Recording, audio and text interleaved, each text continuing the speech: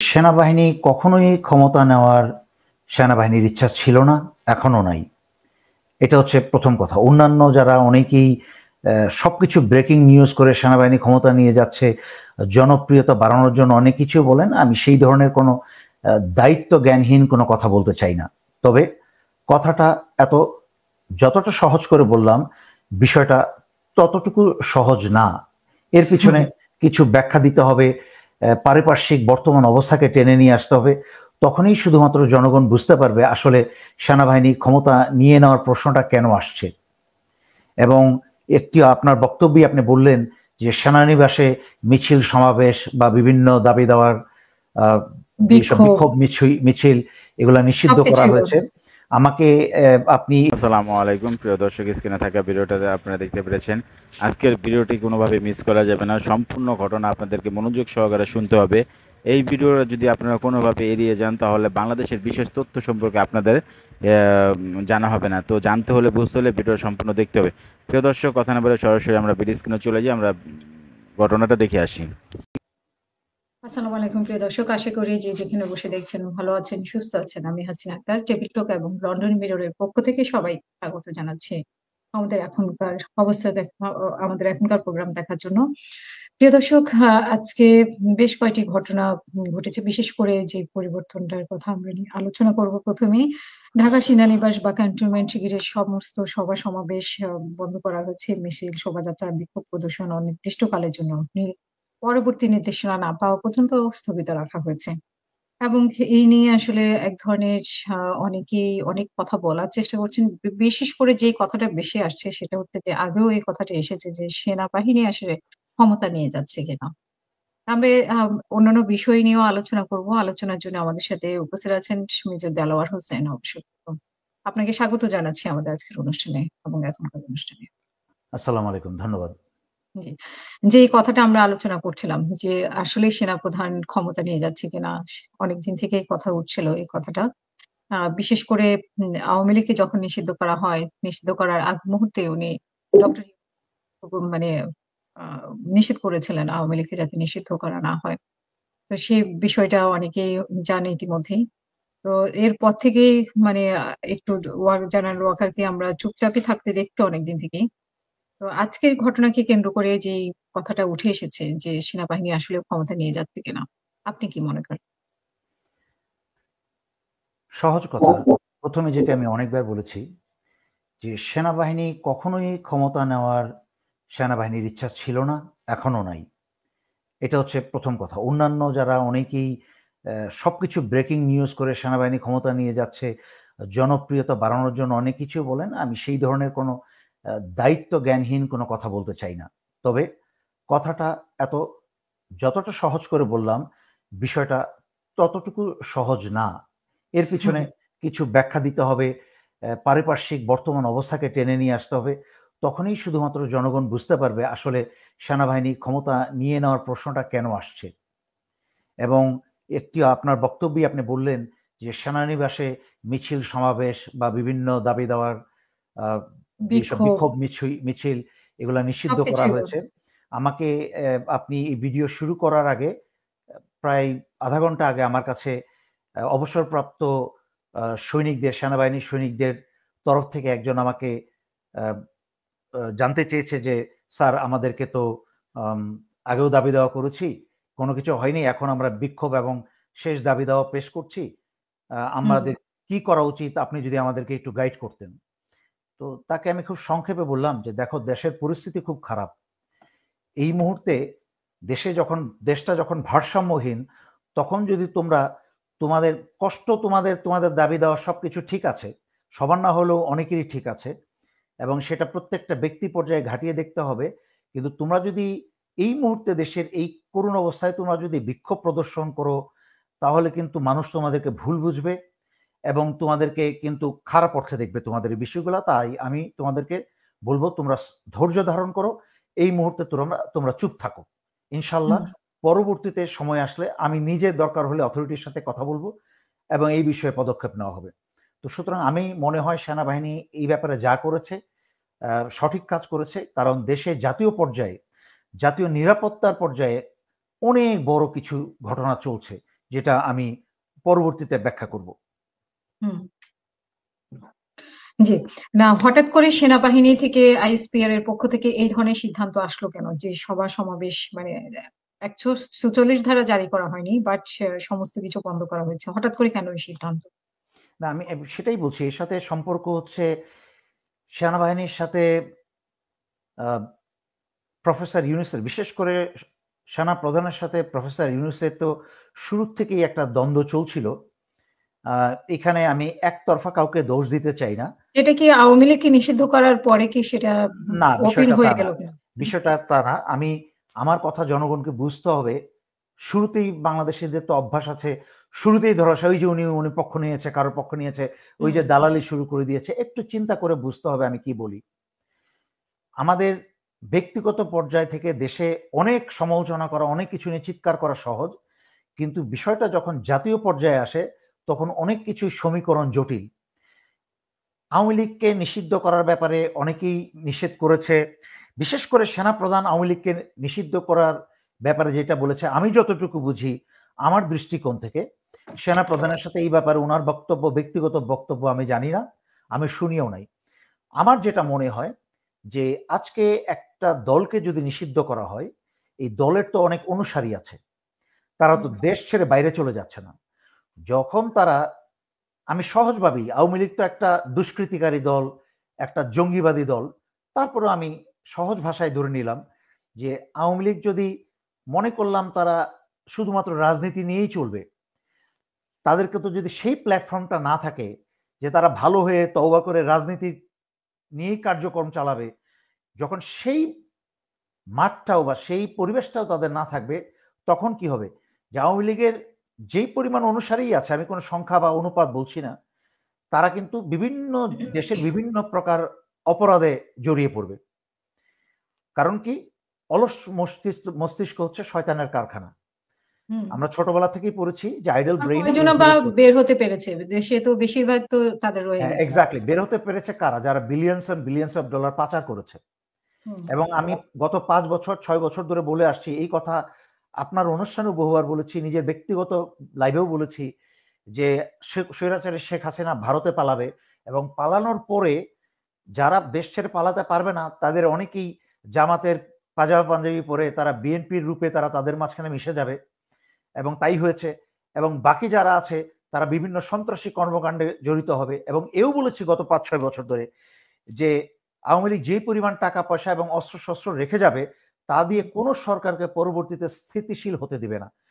এই পরবর্তীতে ইউনূস সরকার ৯ মাসে তেমন কিছু করতে পারে নাই, ২-৪টা সামান্য জিনিস ছাড়া জাতীয় পর্যায়ে তেমন কিছু করতে পারে নাই। এমনকি সবচেয়ে ভয়ঙ্কর ব্যাপার হচ্ছে যে আওয়ামী লীগের মাঠে দেশের ভিতরে যে টাকাটা রয়ে গিয়েছিল সেটা দেশের ভিতরে বিভিন্ন লোক, তার মাঝখানে বিএনপির অনেক সুবিধাবাদী লোক এবং অনেকেই কিন্তু সেই টাকাটা তাদেরকে, আওয়ামী লীগদেরকে আশ্রয় দেওয়ার নাম করে তাদের কাছে টাকাটা হাতিয়ে নিয়েছে। কিন্তু একটা ভয়ঙ্কর বিষয় খেয়াল করে দেখেন, আওয়ামী লীগের রেখে যাওয়া হাজার হাজার অস্ত্র এখনো কিন্তু সমস্ত আওয়ামী লীগের লোকের কাছে রয়ে গেছে, হাতে না থাকলেও মাটির নিচে বিভিন্ন গোপন স্থানে রয়ে গেছে। আমি ৫ই আগস্টের পরে এটা নিয়ে বেশ কয়েকবার লাইভ করেছিলাম। তখন কিন্তু সরকারের তরফ থেকে এবং সেনাবাহিনীর তরফ থেকে যৌথ বাহিনীর একটা আধা খেঁচড়া একটা পদক্ষেপ নেওয়া হয়েছিল অস্ত্র উদ্ধারের। আসলে সেটা কিন্তু তারপরে ওখানেই মারা যায়। এটার কিন্তু আর আমরা কোনো প্রকার কার্যকরী পদক্ষেপ দেখি নাই, অগ্রগতি দেখি নাই, যার ফলে আওয়ামী লীগের হাতে কিন্তু অস্ত্র রয়ে গেছে। তার মানে কি হলো আমার কথাটার অর্থ? আওয়ামী লীগের যদি রাজনীতি বন্ধ করে দেওয়া হয়, নিষিদ্ধ করা হয়, তাহলে যে অলস মস্তিষ্কের বা এই যে আইডল ব্রেইনের যে ছেলেপেলেগুলা, সন্ত্রাসীগুলা, যারা গত ১৬ বছর সন্ত্রাসী করেছে, তারা আবার সন্ত্রাসী জগতে ফেরত যাবে। কিন্তু বাংলাদেশের বর্তমান সরকারের যে পরিস্থিতি, আধা ক্যাচরা পরিস্থিতি, পুলিশের অর্ধেক কাজ করছে না, প্রফেসর ইউনূসের বিদেশি নোবেল প্রাইজের ব্রেইন ছাড়া আর কোনো ব্রেইন কাজ করছে না, এবং ওনার সরকারের ভিতরে শুধুমাত্র দ্বৈত পাসপোর্টধারী কি বলে এনজিওর লোকজনরা রয়ে গেছে, যারা দেশের পরিস্থিতি অস্থিতিশীল হলে ইসরায়েলে যখন ইয়েমেনের এবং হামাসের আক্রমণ বেশি বেড়ে যায়, তখন ইসরায়েলের লোকরা করে কি, তাদের তো সবারই 100% সবার অন্য দেশের পাসপোর্ট আছে, আমেরিকা, ইংল্যান্ড, কানাডা, অন্যান্য দেশের পাসপোর্ট আছে, তারা ইসরায়েল ছেড়ে চলে যায়। তো আমাদের ইউনূস সরকারের বেশিরভাগই কিন্তু অন্য দেশের পাসপোর্ট আছে। এই যে ডক্টর খলিল কোনো কিছু না জেনেই যুক্তরাষ্ট্রের কথায় লাফাতে শুরু করেছে, এই যে দেশকে বিপদে ফেলছে, এক সময় কিন্তু দেশ বিপদে পড়ার পরে এই প্রফেসর ইউনূসের এই সকল উপদেষ্টারা কিন্তু দেশ ছেড়ে তাদের দ্বিতীয় দেশে চলে যাবে। আপনাদেরকে এই জন্য আপনি প্রশ্নটা করেছেন, এর সাথে অনেক বড় প্রশ্ন চলে আসে, করিডোরের প্রশ্ন চলে আসে, করিডোরের বিষয়টা চলে আসে। আমি কি আগাতে পারি, বলতে পারি করিডোরের বিষয়টা? হ্যাঁ, প্লিজ করিডোর নিয়ে অনেকে একটা ধোঁয়াশার মধ্যে আছে। হ্যাঁ, মূল বিষয়টা, কারণ আমি চাপাবাজি করি না, আমি কারোর পক্ষ নিয়ে কথা বলি না। করিডোরের বিষয়টা বুঝতে হলে আসলে কি হচ্ছে সেটা বুঝতে হবে। এই জন্যই আপনাকে আমি এই ছবিটা দিয়েছি তাড়াহুড়া করে, যেহেতু খুব দ্রুত, আপনার খুব শর্ট নোটিসে আপনি আমাকে বলেছেন লাইভে আসতে, তাড়াহুড়া করে এটা তৈরি করেছি। আপনি বাংলাদেশের জায়গাটা, সবাই অবস্থানটা বুঝতে পারছেন, বাংলাদেশটা কোথায়। এবং তারপরে আপনারা দেখতে পাচ্ছেন যে বাংলাদেশের ছবিতে আপনাদের ডান পাশে মায়ানমার, তার নিচে লাল দাগ দিয়ে আমি একটা পথ দেখিয়েছি যে মালাক্কা স্ট্রেইট। এই মালাক্কা স্ট্রেইটটা হচ্ছে মালয়েশিয়া, এবং এই যে মালয়েশিয়ার পাশ ঘিরে যে চায়নার থেকে মালাক্কা স্ট্রেইট হয়ে চাইনিজ সমস্ত বাণিজ্য, সমস্ত সরবরাহ রাস্তা কিন্তু এইটা। এবং যুক্তরাষ্ট্র চাচ্ছে এই মায়ানমারের সিটুই, যেটা সিটুই নিয়ে আমি আগে আরো কয়েকটা লাইভ করেছি ভিডিও দেখিয়ে, আপনার নিশ্চয়ই মনে আছে, আপনার অনুষ্ঠানেও আমি দেখিয়েছিলাম। ওই এইখানে লাল দাগ দিয়ে আমি এই তীর চিহ্নের সামনেই আমি মায়ানমারের নিচের দিকে, আরাকান স্টেটের নিচের দিকে সিটুই বন্দর আছে। এই সিটুই বন্দরে সামরিক তাদের ঘাঁটি করে। আপনি কি এই তীরের কথা বলছেন? জি জি জি, যে আমার এখান থেকে, আপনার যেহেতু কন্ট্রোল আমার এখান থেকে মাউস দিয়ে দেখাতে পারছি না, বাট একটাই তো ওই যে তীরের মতো দেখানো হচ্ছে, তার সামনেই বে অফ বেঙ্গলের এই পাশে, এক্স্যাক্টলি বে অফ বেঙ্গলের ডান পাশে, এবং একটা ক্রস ছোট্ট চিহ্ন দেখছেন মায়ানমারের নিচের দিকে, ওটা হচ্ছে সিচুই বন্দর পোর্ট। তো যুক্তরাষ্ট্র স্বৈরাচারী শেখ হাসিনার সময়ও কিন্তু এই প্রস্তাব দিয়েছিল বাংলাদেশ সশস্ত্র বাহিনীকে ব্যবহার করে আরাকান আর্মিকে সাহায্য করতে, কারণ তারা চাচ্ছিল আরাকান আর্মিকে সাহায্য করে এই এলাকাটাকে দখলে নিয়ে তারা সিটি বন্দরটাকে যুক্তরাষ্ট্রের সামরিক বন্দর সামরিক বন্দর বানিয়ে এই চাইনিজ একটা গুরুত্বপূর্ণ শ্বাসনালী, তাদের জীবন নালী, এই মালাক্কা স্ট্রিটটাকে বন্ধ করে দিতে। এই মালাক্কা স্ট্রিটটা বন্ধ করে দিলে চাইনিজের ব্যবসা বাণিজ্যের কিন্তু 12টা বেজে যাবে। তো সেই জন্য তারা করছে কি, এই যুক্তরাষ্ট্র চাচ্ছে বাংলাদেশকে ধ্বংস করে, বাংলাদেশকে অপব্যবহার করে যুক্তরাষ্ট্রের সুবিধা আদায় করার জন্য। আপনি ম্যাপটা একটু আবার দেন, আমি আরেকটা জিনিস দেখাবো আমি। এবং আপনি ভারতের বাম পাশে পাকিস্তানের গুরুদুয়ার পোর্টে দেখে, যে গুরুদুয়ার পোর্টটা আমি সর্বভাবে ছবিতে ক্রস চিহ্ন দিয়ে আমি গুরুদুয়ার পোর্ট দেখিয়েছি। এই যে একটা করার মানে লোকেশন এক্স্যাক্টলি সবচেয়ে বাম পাশে উপরের দিকে যেটা দেখিয়েছি, এটা হচ্ছে পাকিস্তানের গুরুদুয়ার পোর্ট। এই গুরুদুয়ার পোর্টটা কিন্তু পাকিস্তান যেই বুদ্ধিমান কাজটা করেছে, পাকিস্তান চীনের সাথে $65 বিলিয়ন খরচ করে একটা সড়ক যোগাযোগ ব্যবস্থা ইতিমধ্যে তৈরি করে ফেলেছে। সুতরাং মালাক্কা স্ট্রেইট যদি যুক্তরাষ্ট্র বন্ধ করে দেয়, পাকিস্তানের কিন্তু কোনো ক্ষতি হবে না, ক্ষতি হবে বাংলাদেশের, ক্ষতি হবে অন্যান্য দেশের। এই জায়গায় অন্যান্য দেশ ক্ষতিগ্রস্ত হবে। এখন আপনি ম্যাপ সরিয়ে নিতে পারেন। আশা করি বাংলাদেশের জনগণকে আমি সহজ ভাষায় মূল সমস্যাটা বুঝাতে পেরেছি। সুতরাং ডক্টর খলিল পড়েছে, একটু আগে যেতে হয়, কারণ অনেকে মনে করবে যে আমি জেনারেল ওয়াকারের পক্ষে কথা বলছি। না, আমি বাস্তবতা তুলে ধরছি। স্বৈরাচারী শেখ হাসিনার সময় যখন যুক্তরাষ্ট্র এই প্রস্তাব দিয়েছিল, তখন পরের দিনেই কিন্তু অজিত দোভাল ঢাকায় চলে আসে শেখ হাসিনার সাথে, শেখ হাসিনাকে হুঁশিয়ারি দিয়ে যায়, খবরদার বাংলাদেশ সশস্ত্র বাহিনীকে যেন আরাকানে ইনভলভ না করা হয় বা এখানে নিয়োগ না করা হয়।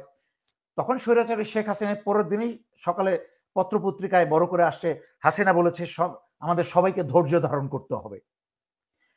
তো যেহেতু হাসিনা ভারতের চাকরানি ছিল, সে ভারতের নির্দেশ শুনেছে। বাংলাদেশের স্বার্থ এইটা সেটা, বাংলাদেশকে ভালোবেসে বাংলাদেশের স্বার্থ রক্ষায় যে সেটা করেছে তা কিন্তু সে করে নাই। আচ্ছা, এখন আসি, মানে সে যে বলেছে যে আমি দিলে আমি থাকতে পারতাম বা আমি খুশি করতে পারতাম, এইসব বকওয়াস কথা। সে ভারতের এটা নিজের জন্য না, তার ভারতের জন্য, 100% ভারতের স্বার্থের জন্য। আমি ভারতের স্বার্থ কি সেটাও আমি বেশ কয়েকবার ব্যাখ্যা করেছি। 9 মার্চ 2024 সালে আমি পুরো ম্যাপ দেখিয়ে, এইভাবে ম্যাপ দেখিয়ে ব্যাখ্যা করেছি যে কালাদান প্রজেক্ট, ভারত ইতিমধ্যে প্রায় $1 বিলিয়ন বিনিয়োগ করেছে কালাদান প্রজেক্টে। কলকাতা থেকে বে অফ বেঙ্গল হয়ে এই সিচুই বন্দরে তারা $500 মিলিয়ন ভারত ব্যয় করেছে এই মায়ানমারের সিচুই বন্দরে। এই সিচুই বন্দর হয়ে কালাদান নদী হয়ে মিজোরামে প্রবেশ করবে গাড়ি পথে। এটা হচ্ছে ভারতের পরিকল্পনা। সুতরাং এখানে যদি বাংলাদেশ আর্মি নিয়োজিত হয়ে যায় তাহলে ভারতের দখল থেকে এটা হাতছাড়া হয়ে যাবে। ভারতের ভয় হচ্ছে এইটা। আর ভারতের সেনাবাহিনী যেহেতু লোটা বাহিনী, আর বাংলাদেশ সশস্ত্র বাহিনী যেহেতু বীর বাহিনী, মুসলমান বুক বড় সাহসের বাহিনী। হাসিনা 16 বছরে অনেক ধ্বংস করার চেষ্টা করেছে, আল্লাহর রহমতে তাও পারে নাই। উপরের লেভেলে 10-5টাকে পচে গেছে, নষ্ট হয়ে গেছে। বাকি সশস্ত্র বাহিনী কিন্তু আলহামদুলিল্লাহ ঠিক আছে, দেশপ্রেমিক আছে, আল্লাহর প্রতি ভয় আছে। সুতরাং ভারত জানে যে বেলা শেষে বাংলাদেশ সশস্ত্র বাহিনী ওই কালাদান প্রজেক্ট খেয়ে দিবে, ভারতের হাত থেকে ছেড়ে নিবে। তো ভারত হাসিনাকে, চাকরানিকে বলেছে ওখানে যেন হাত না দেয়। এখন আমি বর্তমান পরিস্থিতিতে আসি, ডক্টর খলিল কি করছে? ডক্টর খলিল তো তার সারা জীবন কাটিয়েছে পশ্চিমা জগতে, এবং পশ্চিমা, আমার জানা মতে তার পশ্চিমা জগতের পাসপোর্টও আছে তার। সে মানে আমি কয়েকজনের তো পাসপোর্ট আছে, তার মধ্যে আমি একটু বলে নেই, মাঝখানে খেয়ে হেরাই ফেললে আমি কথার সাথে চলে যেতে পারবো না। তো ডক্টর খলিল প্রথমেই হচ্ছে সারা দেশে, শুধু আমার না, সারা দেশের মানুষের শঙ্কা ছিল যখন professor Yunus, with all my respect, উনি একজন নোবেল লরিয়েট, উনি যেই জন্য নোবেল পেয়েছেন সেই জন্য পেয়েছেন, কিন্তু দেশেরই দুর্দশায় যেই জ্ঞানগুলোর প্রয়োজন এখনো উনি যেভাবে চলছেন, ওনার সরকারই হচ্ছে আধা খেচড়া, যারা অকম্মা কোনো কাজের না ওইসব লোকজনকে শুরু থেকে বসিয়েছে। শুধু তাই না, উনি কোন নোবেলের ব্রেনে চলছেন আমার মাথায় আসে না, যে উনার সামরিক উপদেষ্টা এখন হাসিনার ভাইগনা, এবং উনার কি বলে ওই মজুমদার যে আওয়ামী লীগের এবং ভারতের খাস লোক, সেও সিভিল প্রশাসন নিয়ন্ত্রণ করছে। তো এটা কি একটা বাচ্চা, যে দুধের বাচ্চা, তাকে বুঝালো একটু মাথা হাতিয়ে বুঝালে বুঝবে, কিন্তু প্রফেসর ইউনুস দেশের সমস্ত শত্রুকে ওনার পাশে নিয়ে উনি চলছেন। উনি যে সিদ্ধান্ত নিচ্ছেন সাথে সাথে সেটা উনার পাশের লোক, সামরিক সচিব, এই মজুমদার, এরাই কিন্তু ভারতের সাথে শেয়ার করে দিচ্ছে। সো প্রফেসর ইউনুস নোবেল পেয়েছেন, 85 বছর বয়সে বিদেশে ঘুরছেন, উনি কি এতবার বলার পরে উনি বুঝছেন না? আমি এও বলেছি, ভারতের রয়ের প্রধান রাজেশ অগ্নিহোত্রী বাংলাদেশের, ভারতের কি বলে এমবেসিতে বসে বাংলাদেশ বিরোধী সমস্ত কর্মকার্য চালিয়ে যাচ্ছে। এতবার বলার পরেও আমি কি বলে উনার সামরিক উপদেষ্টা জেনারেল হাফিজগো আমি এটা পাঠিয়েছি। আমি কি বলে স্বরাষ্ট্র উপদেষ্টা জাহাঙ্গীরকে ওইটা পাঠিয়েছি। আপনারা রাজেশ কুমার অগ্নিহোত্রীকে আপনার বাংলাদেশ থেকে বের করছেন না কেন? 2016 সালে পাকিস্তান বের করে দিয়েছে, ঘরে বসে শয়তানি করছে। ওনাদের এইটুকু ক্ষমতা নাই, এখনো পদক্ষেপ নিতে পারেন নাই, আমার কথার মূল্যায়ন করেন নাই। সুতরাং আস্তে আস্তে দিনে দিনে কিন্তু প্রফেসর ইউনুস যেইভাবে চলেছে, আস্তে আস্তে কিন্তু আমি দেখছি জনপ্রিয়তা হ্রাসের পথে। এবং তার উদাহরণ দিচ্ছি, আমি যা দেখছি, ডক্টর খলিলের মতো লোক কিন্তু প্রফেসর ইউনুস সরকারকে পতন ঘটিয়ে ছাড়বে। কারণ এই ডক্টর খলিল যুক্তরাষ্ট্রের কথায় সে লাফিয়ে নিজের দেশের সেনাবাহিনীর বিরুদ্ধে গিয়ে, এবং হাসিনার মতোই কিছু সেনাবাহিনীকে ওনার পকেটে নিয়ে উনি সেনাবাহিনীর বিরুদ্ধে ষড়যন্ত্র লাগিয়ে দিয়ে এই আর্ম ফোর্সেস ডিভিশনের পিএসও জেনারেল কামরুলকে সাথে টেনে উনি সেনাবাহিনীর বিরুদ্ধে লাগিয়ে দিয়ে উনি যুক্তরাষ্ট্রের কথায় লাফাচ্ছেন যে করিডোর, মানবিক করিডোর দেওয়ার জন্য। আপনি দ্বিতীয় ছবিটা দেখাতে পারেন মানবিক করিডোরের। জি, আপনি একটু রাউন্ড করে রেখেছেন একপাশে। আমি নাইখনছড়ি, যে রামুর যে সেনানিবাস আছে তার থেকে নাইখনছড়ি খুবই কাছে। সেখান থেকে এই যে একটা বেল্ট, এখানে বিভিন্ন জায়গায় বিভিন্ন করিডোর, বিভিন্ন স্টোরেজ করে, মানে খাস বাংলায় যেটাকে বলে গোদাম করে, বিভিন্ন খাদ্য সাহায্যর গোদাম করে, তারপরে একটা পথে না কয়েকটা পথে আরাকান আর্মিকে সেটা সরবরাহ করার প্ল্যান তারা করেছে। আচ্ছা, ম্যাপটা সরিয়ে নিতে পারেন। হ্যাঁ, ম্যাপটা সরিয়ে নিতে পারেন। ভয়ঙ্কর বিষয় হচ্ছে আরাকান, কারণ এই দেখেন ডক্টর খলিল কিন্তু উনার ব্যাকগ্রাউন্ড হচ্ছে ইকোনমিক্সের, অর্থনীতির ব্যাকগ্রাউন্ড। উনি হঠাৎ করে এখন প্রফেসর ইউনুস কার কথায় ওনাকে কি বলে এটাকে, যেহেতু ওনাকে পশ্চিমারাই নোবেল দিয়েছেন, কারণ ওনার মাইক্রো ক্রেডিটটা পশ্চিমারা খুব মজা পেয়েছে, ওইটাকে পশ্চিমারা বাস্তবায়ন করতে পারলে তাদের মুনাফা আরো বেশি হয়। তো ক্যাপিটালিস্ট যেই নীতি আছে সেটাকে আরো শক্তিশালীভাবে ব্যবহার করা যায় বাংলাদেশের একটা মডেলকে সামনে রেখে। সুতরাং ওনাদের কথায় ওনারা চলছেন। এই যে আরাকান আর্মি একটা একটা বিদ্রোহী দল মায়ানমারের, এটা জনগণকে বুঝতে হবে। খালি সব সময় নোবেল নোবেল বলে লাফাতে হবে না। সবার আগে বাংলাদেশ এবং বাংলাদেশের স্বার্থ, তারপরে আমরা অন্য মানুষকে দেব।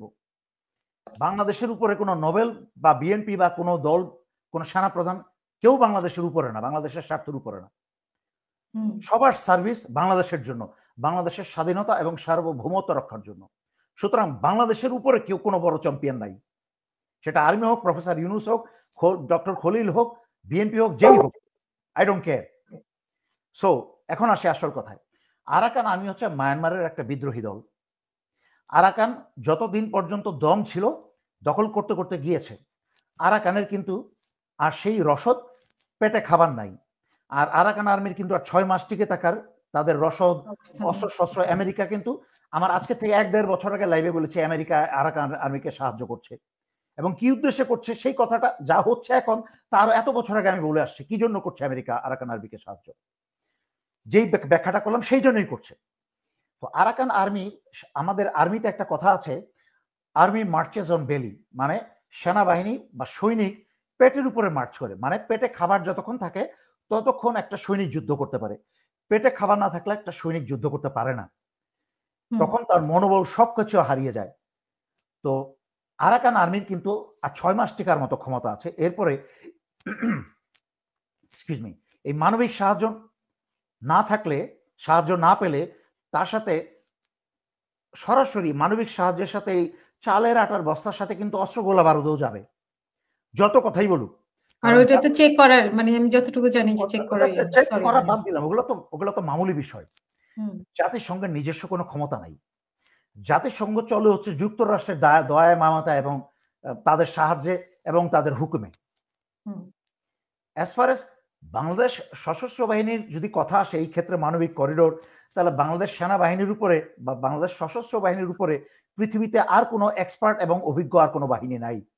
কারণ পৃথিবীর বিভিন্ন দেশে যুদ্ধক্ষেত্রে এই ধরনের মানবিক সাহায্য করাতে গত 38 বছর ধরে বাংলাদেশ সশস্ত্র বাহিনী করে আসছে, যেটা বাংলাদেশ সেনাবাহিনীতে শুরু করেছে। তো এই জন্য বলছি গত 38 বছর অভিজ্ঞতায় বাংলাদেশ সেনাবাহিনীর উপরে কারোর কোনো অভিজ্ঞতা বেশি নাই এই ধরনের করিডোরে মানবিক সাহায্য প্রদান করা। বাট বিষয়টা সেটা না, বিষয়টা হচ্ছে রাষ্ট্রীয় সার্বভৌমত্ব এবং স্বাধীনতার প্রশ্ন। কারণ এই যে আরাকানকে যদি এই করিডোরটা আমরা দিতে যাই, এখানে কিন্তু আরাকান একটা বিদ্রোহী দল, একটা স্বাধীন রাষ্ট্রের বিদ্রোহী দল।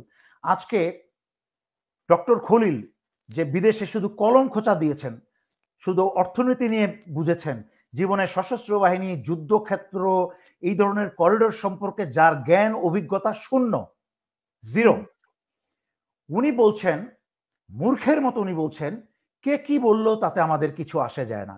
এটা উনি রেফার করেছেন মায়ানমারের জুন্তা সরকারের তাদের আপত্তির ব্যাপারে, যে বাংলাদেশ সরকার কেন আরাকান আর্মির সাথে বিদ্রোহীদের সাথে যোগাযোগ স্থাপন করছে।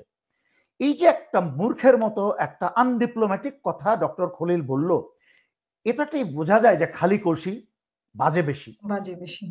কারণ আজকে আমরা যখন ভারত পার্বত্য চট্টগ্রামের শান্তি বাহিনীকে, সান্তুল আর্মাকে এবং তার দলকে, দেশদ্রোহীদেরকে প্রশিক্ষণ দেয় এবং অস্ত্র দেয় এবং বাংলাদেশে তাদেরকে অনুপ্রবেশ করায়, তাদেরকে বাংলাদেশ পার্বত্য চট্টগ্রাম স্বাধীন করার জন্য, আমরা কি স্বাধীন বাংলাদেশিরা আমরা কি ঘৃণা করি না তা ভারতের এই কর্মকাণ্ডকে? এবং তার বিরুদ্ধে আমরা প্রতিবাদ জানাই। একইভাবে এই যে আরাকান আর্মিকে নিয়ে মূর্খের মতো ডক্টর খলিল আজকে এই কথা বলল, আরাকান আর্মি এই যে জিও পলিটিক্যাল জিনিসটা এতটুকুই দ্রুত পরিবর্তনশীল, যা বুঝতে হলে ডক্টর খলিলদের মাথায় সেই ব্রেইন নাই। আজকে আরাকান আর্মি যুদ্ধ করেই পর্যন্ত দখল করেছে। পেটের খাবার আর গোলাবারুদ যখন কমতে শুরু করবে, আর ওই দিক দিয়ে 3টা গুরুত্বপূর্ণ প্লেয়ার আছে এই করিডোরের ব্যাপারে। একটা হচ্ছে, সবচেয়ে বড় প্লেয়ার হচ্ছে মায়ানমার জুন্তা সরকার, কারণ তাদের দেশ এটা, সুতরাং তাদের একটা সে আছে, ইয়েস আর নো তাদের অনুমতি নিয়ে যা করার আমাদের করতে হবে। 2 number, China is one of the biggest player. প্রত্যক্ষ এবং পরোক্ষভাবে চায়না একটা বিগেস্ট প্লেয়ার, বিকজ চায়নার সাথে মায়ানমারের জুন্তা সরকারের সম্পর্ক বহু বছরের, তাদের সাথে বাণিজ্যিক সম্পর্ক, সামরিক সম্পর্ক দুইটাই। দ্বিতীয়ত, চায়নার নিজস্ব স্বার্থ আছে মায়ানমারে, তাদের গ্যাস লাইন, তেল পাইপলাইন, তাদের বিদ্যুৎ কেন্দ্র সবকিছু আছে, এবং মায়ানমারেও কিন্তু তাদের পোর্ট আছে। আবার যেটা বলেছি, ভারতের কালাদান প্রজেক্ট আছে, সেখানে ভারতেরও স্বার্থ আছে। ভারতকে ফেলে দিলাম, ভারত এই লোটা বাহিনীকে ফেলে দিলাম, সাইডে রাখলাম, তাদের কোনো অনুমতির প্রয়োজন নাই।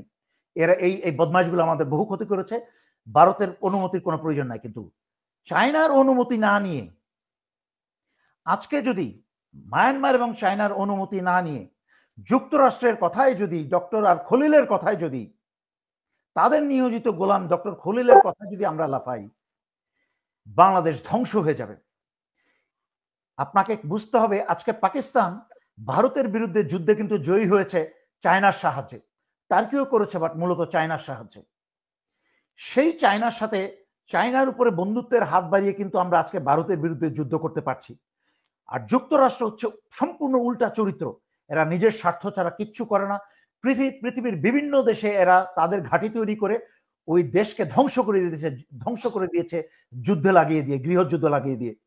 সুতরাং বাংলাদেশে আরাকানের সাথে জড়িয়ে দিয়ে বাংলাদেশকে মাঝখানে অস্থিতিশীল পরিস্থিতি সৃষ্টি করে যুক্তরাষ্ট্র বাংলাদেশকে ধ্বংস করে দিবে, 2 পয়সাও তারা কেয়ার করে না।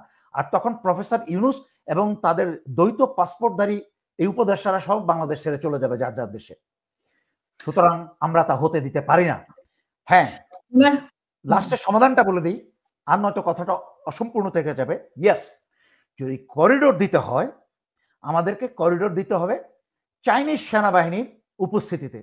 যেই করিডোরকে নিরাপত্তা দিবে চাইনিজ সেনাবাহিনী, এবং প্রতি করিডোরে পরিবহন যেই কনভয় বা পরিবহন যেই লাইন বাহকটা যাবে, তার আগে প্রতিটা কনভয়ের আগে মিনিমাম 1.5 লক্ষ রোহিঙ্গার একটা কনভয় থাকতে হবে। শর্ত হতে হবে সেইটা। কিন্তু ঠিক স্বৈরাচারী শেখ হাসিনা যেরকম তার বাপের দেশ মনে করে গোপনে চুক্তি স্বাক্ষর করতো 16 বছর, ডক্টর খলিলও এখন তারা কোনো চুক্তির কোনো শর্ত কিন্তু জনতার সামনে প্রকাশ করছে না। প্রথমে তারা বলেছে যে আমাদের একটা আন্ডারস্ট্যান্ডিং হয়ে গেছে, তারপরে যখন বিভিন্ন রাজনৈতিক দল এবং সবাই তাদেরকে চাপ দিয়েছে, তখন সে বলেছে না আমাদের ওই রকম। প্রথমে পররাষ্ট্র উপদেষ্টা বলেছে, তারপরে পররাষ্ট্র সচিবও বলেছে যে এরকম কিছু আন্ডারস্ট্যান্ডিং হয় নাই, তারা স্টেপ ব্যাক করেছে। বাট কথা হচ্ছে, আমি প্রফেসর ইউনুসকে বলবো, স্বৈরাচারী শেখ হাসিনার মতো, যেই স্বৈরাচারী শেখ হাসিনার পতনে 2000-এর বেশি ছাত্র জনতা রক্ত দিয়েছে এবং 10,000-এর বেশি পঙ্গুত্ব বরণ করেছে, সুতরাং তাদের রক্তের উপর দিয়ে হেঁটে এসে আপনারা সরকার বিপ্লব ছিনিয়ে নিয়ে সরকার গঠন করে কোনো গোপনে কোনো চুক্তি করার সাহস দেখাবেন না। 16 বছর লেগেছে হাসিনাকে নামাতে, আপনাদের নামাতে 16 মাসও লাগবে না। জি, ওনারা এত ঝুঁকি নিয়ে কেন করছেন? মানে ওনারা জানেন যে তাদের ঝুঁকি আছে। তারপরে অনেক বাহিরের যেরকম বিপদ আছে, দেশেরও বিপদ আছে। দেশেও কিন্তু সবাই কিন্তু বলাবলি শুরু করেছে। ওনারা যতই চাপিয়ে রাখার চেষ্টা করছে, এটা কিন্তু সবাই মোটামুটি বলছে, সব দলই। ইভেন এনসিপি কে কিংস পার্টি বলা হয়, এই সরকারেরই পার্টি বলা হয়। তারাও বলছে যে সব দলের সাথে আলোচনা করে সিদ্ধান্ত নিতে। কিন্তু ওনারা মানে ইউনূস সরকার কেন এত বড় একটা ঝুঁকির মধ্যে যাচ্ছেন? এখানে আমি যেই জিনিসটা দেখতে পাচ্ছি, এক্স্যাক্টলি লর্ড ক্লাইভ যেরকম মির্জাফরের সাথে যোগাযোগ করে পুরা এই জায়গায় কি বলে ব্রিটিশ শাসন কায়েম করেছিল, 1 জন 2 জন 5 জনের সাথে যুক্তরাষ্ট্র ডক্টর খলিলকে ব্যবহার করছে, এবং প্রফেসর ইউনুস হচ্ছে পশ্চিমাদের কোন নির্দেশ মানে ইয়েস অন্ধভাবে দিয়ে দিচ্ছেন। যেহেতু উনি মাইক্রো ক্রেডিট ইকোনমি বুঝেন, বাংলাদেশের এই যে কি বলে জিও পলিটিক্যাল সিচুয়েশন এখন বুঝতে পারছেন না। উনি ভারতের বিরুদ্ধে অনেক শক্ত পদক্ষেপ নিয়েছেন, কিন্তু আবার বেলা শেষে অনেক সময় একটু নতজানু থেকেছেন যুক্তরাষ্ট্রের কথায়। আমরা সহজ কথায় বলছি, উদাহরণ দিচ্ছি, এই যে 9 মাস পেরিয়ে গেল, এখনো কিন্তু সমস্ত সংস্কার দেখছি আমরা কমিশনে আর কাগজপত্রে। অথচ এই গত 9 মাসে আওয়ামী 8, 10টা 15টা দেশদ্রোহী এবং খুনিদের কিন্তু শুরুতেই ফাঁসি হয়ে যাওয়ার কথা কথা ছিল। ছিল। কিন্তু প্রফেসর ইউনূস অত্যন্ত লজ্জাজনকভাবে ব্যর্থ হয়েছে। আজকে আপনি দেখেন সিরিয়া যখন দখল করলো, সিরিয়ার যখন বিদ্রোহীরা দখল করলো বিপ্লবের মাধ্যমে, ওরা সর্বপ্রথম কাজ করলো গণহারে ফাঁসি দিয়ে দিল আগের শাসনামলের লোকজনদেরকে। তাতে কি হলো? দ্রুত একটা মেসেজ ছড়িয়ে গেল সারা দেশে যে এটা বিপ্লবী সরকার, সো মাইন্ড আস, আমাদেরকে কেয়ার করে তোমরা যত কাজ করার করো। প্রফেসর ইউনূস এখনো নারীবাদী নিয়ে ব্যস্ত, আজকে এই নাটক, কালকে সেই নট্টাঙ্কি, কালকে অমুক নাটক, এইগুলাই চলছে। এবং গত 9 চট্টগ্রাম মাস ধরে, বন্দরেরও তো একটা বিষয় আছে। হ্যাঁ, চট্টগ্রাম গত 9 মাস ধরে কি বলে এটাকে, শুধু কমিশন আর পত্রিকায় ফলাও করে ছবি তুলে এত মোটা মোটা কি বলে কয়েক দিস্তা কাগজের একটা কমিশনের রিপোর্ট দেওয়া হচ্ছে, তাতে কিন্তু জাতির কোনো ভাগ্য পরিবর্তন হচ্ছে না। কারণ কমিশনের এইসবের যখন প্রয়োগ না হয়, সেখানে কোনো সংস্কার হবে না। উনি কি জন্য গত 9 মাসে এখনো 10টা ফাঁসি দিতে পারেন নাই? Complete failure. শুধু তা না করে, ওইসব না করে, ওই চাল ডালের দাম আর বিদ্যুৎ জানে রমজান মাসে, এটা দিয়ে কিন্তু জাতির ভয়ঙ্কর ক্ষতি মেটানো সম্ভব হবে না। 2-4টা জিনিসকে অ্যাড দিয়ে বারবার ব্যবহার করে কিন্তু জনপ্রিয়তা অর্জন করা যাবে না।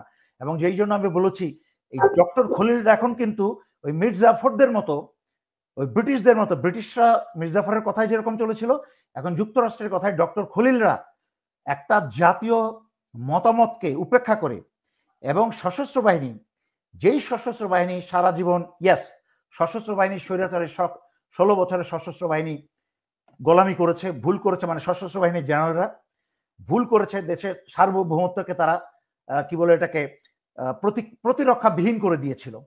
কিন্তু বেলা শেষে ঘরের ছেলে ঘরে ফিরেছে। আমাদের সশস্ত্র বাহিনী ছাড়া বাংলাদেশের স্বাধীনতা সার্বভৌমত্ব রক্ষার প্রথম সারির আর কোনো বাহিনী নাই। তাই তাদেরকে সংস্কার করে তাদেরকে কাজে লাগাতে হবে। যারা বদমাশ তাদেরকে জেল জরিমানা ফাঁসি যা দিতে হবে। কিন্তু সমগ্র সশস্ত্র বাহিনীর বিরুদ্ধে একটা ষড়যন্ত্র, একটা জাতিকে দাঁড় করিয়ে দেওয়া একটা দেশদ্রোহিতার সমপরিমাণ অপরাধ। সুতরাং যারাই সশস্ত্র বাহিনীকে কলঙ্কিত করতে চাচ্ছে এই ডক্টর খলিলের কথায় বা করিডোরের কথায়, আমি তাদেরকে বলবো, আজকে আমার ভিডিওর কথাগুলো মনোযোগ দিয়ে শুনে আরো 10 বার চিন্তা করুন আমি কি বলছি। কোনো কারোর পক্ষে কথা বলছি না, আমি বলছি দেশের স্বার্থের কথা। যুক্তরাষ্ট্রের পক্ষে গিয়ে এবং চীনের বিরুদ্ধে গিয়ে, আজকে যদি করিডোর দেওয়া হয় চীনের বিরুদ্ধে গিয়ে, চীনের সমস্ত এবং চীনের মালাক্কা স্ট্রেইট যদি বিপদে ফেলা হয়, তার মানে কি হবে? আমরা চীনের শত্রু হয়ে গেলাম। মনে রাখতে হবে, গত 16 বছর তারেক রহমান চীনের শত্রু হয়েছিল শুধুমাত্র একটা চুক্তির কারণে। একটা চুক্তির কারণে বিএনপি শত্রু হয়েছিল, চীনের শত্রু। আদারওয়াইজ এই গত 16 বছর কিন্তু চীন কিন্তু বিএনপিকে কোনো সাহায্যের হাত বাড়ায় নাই।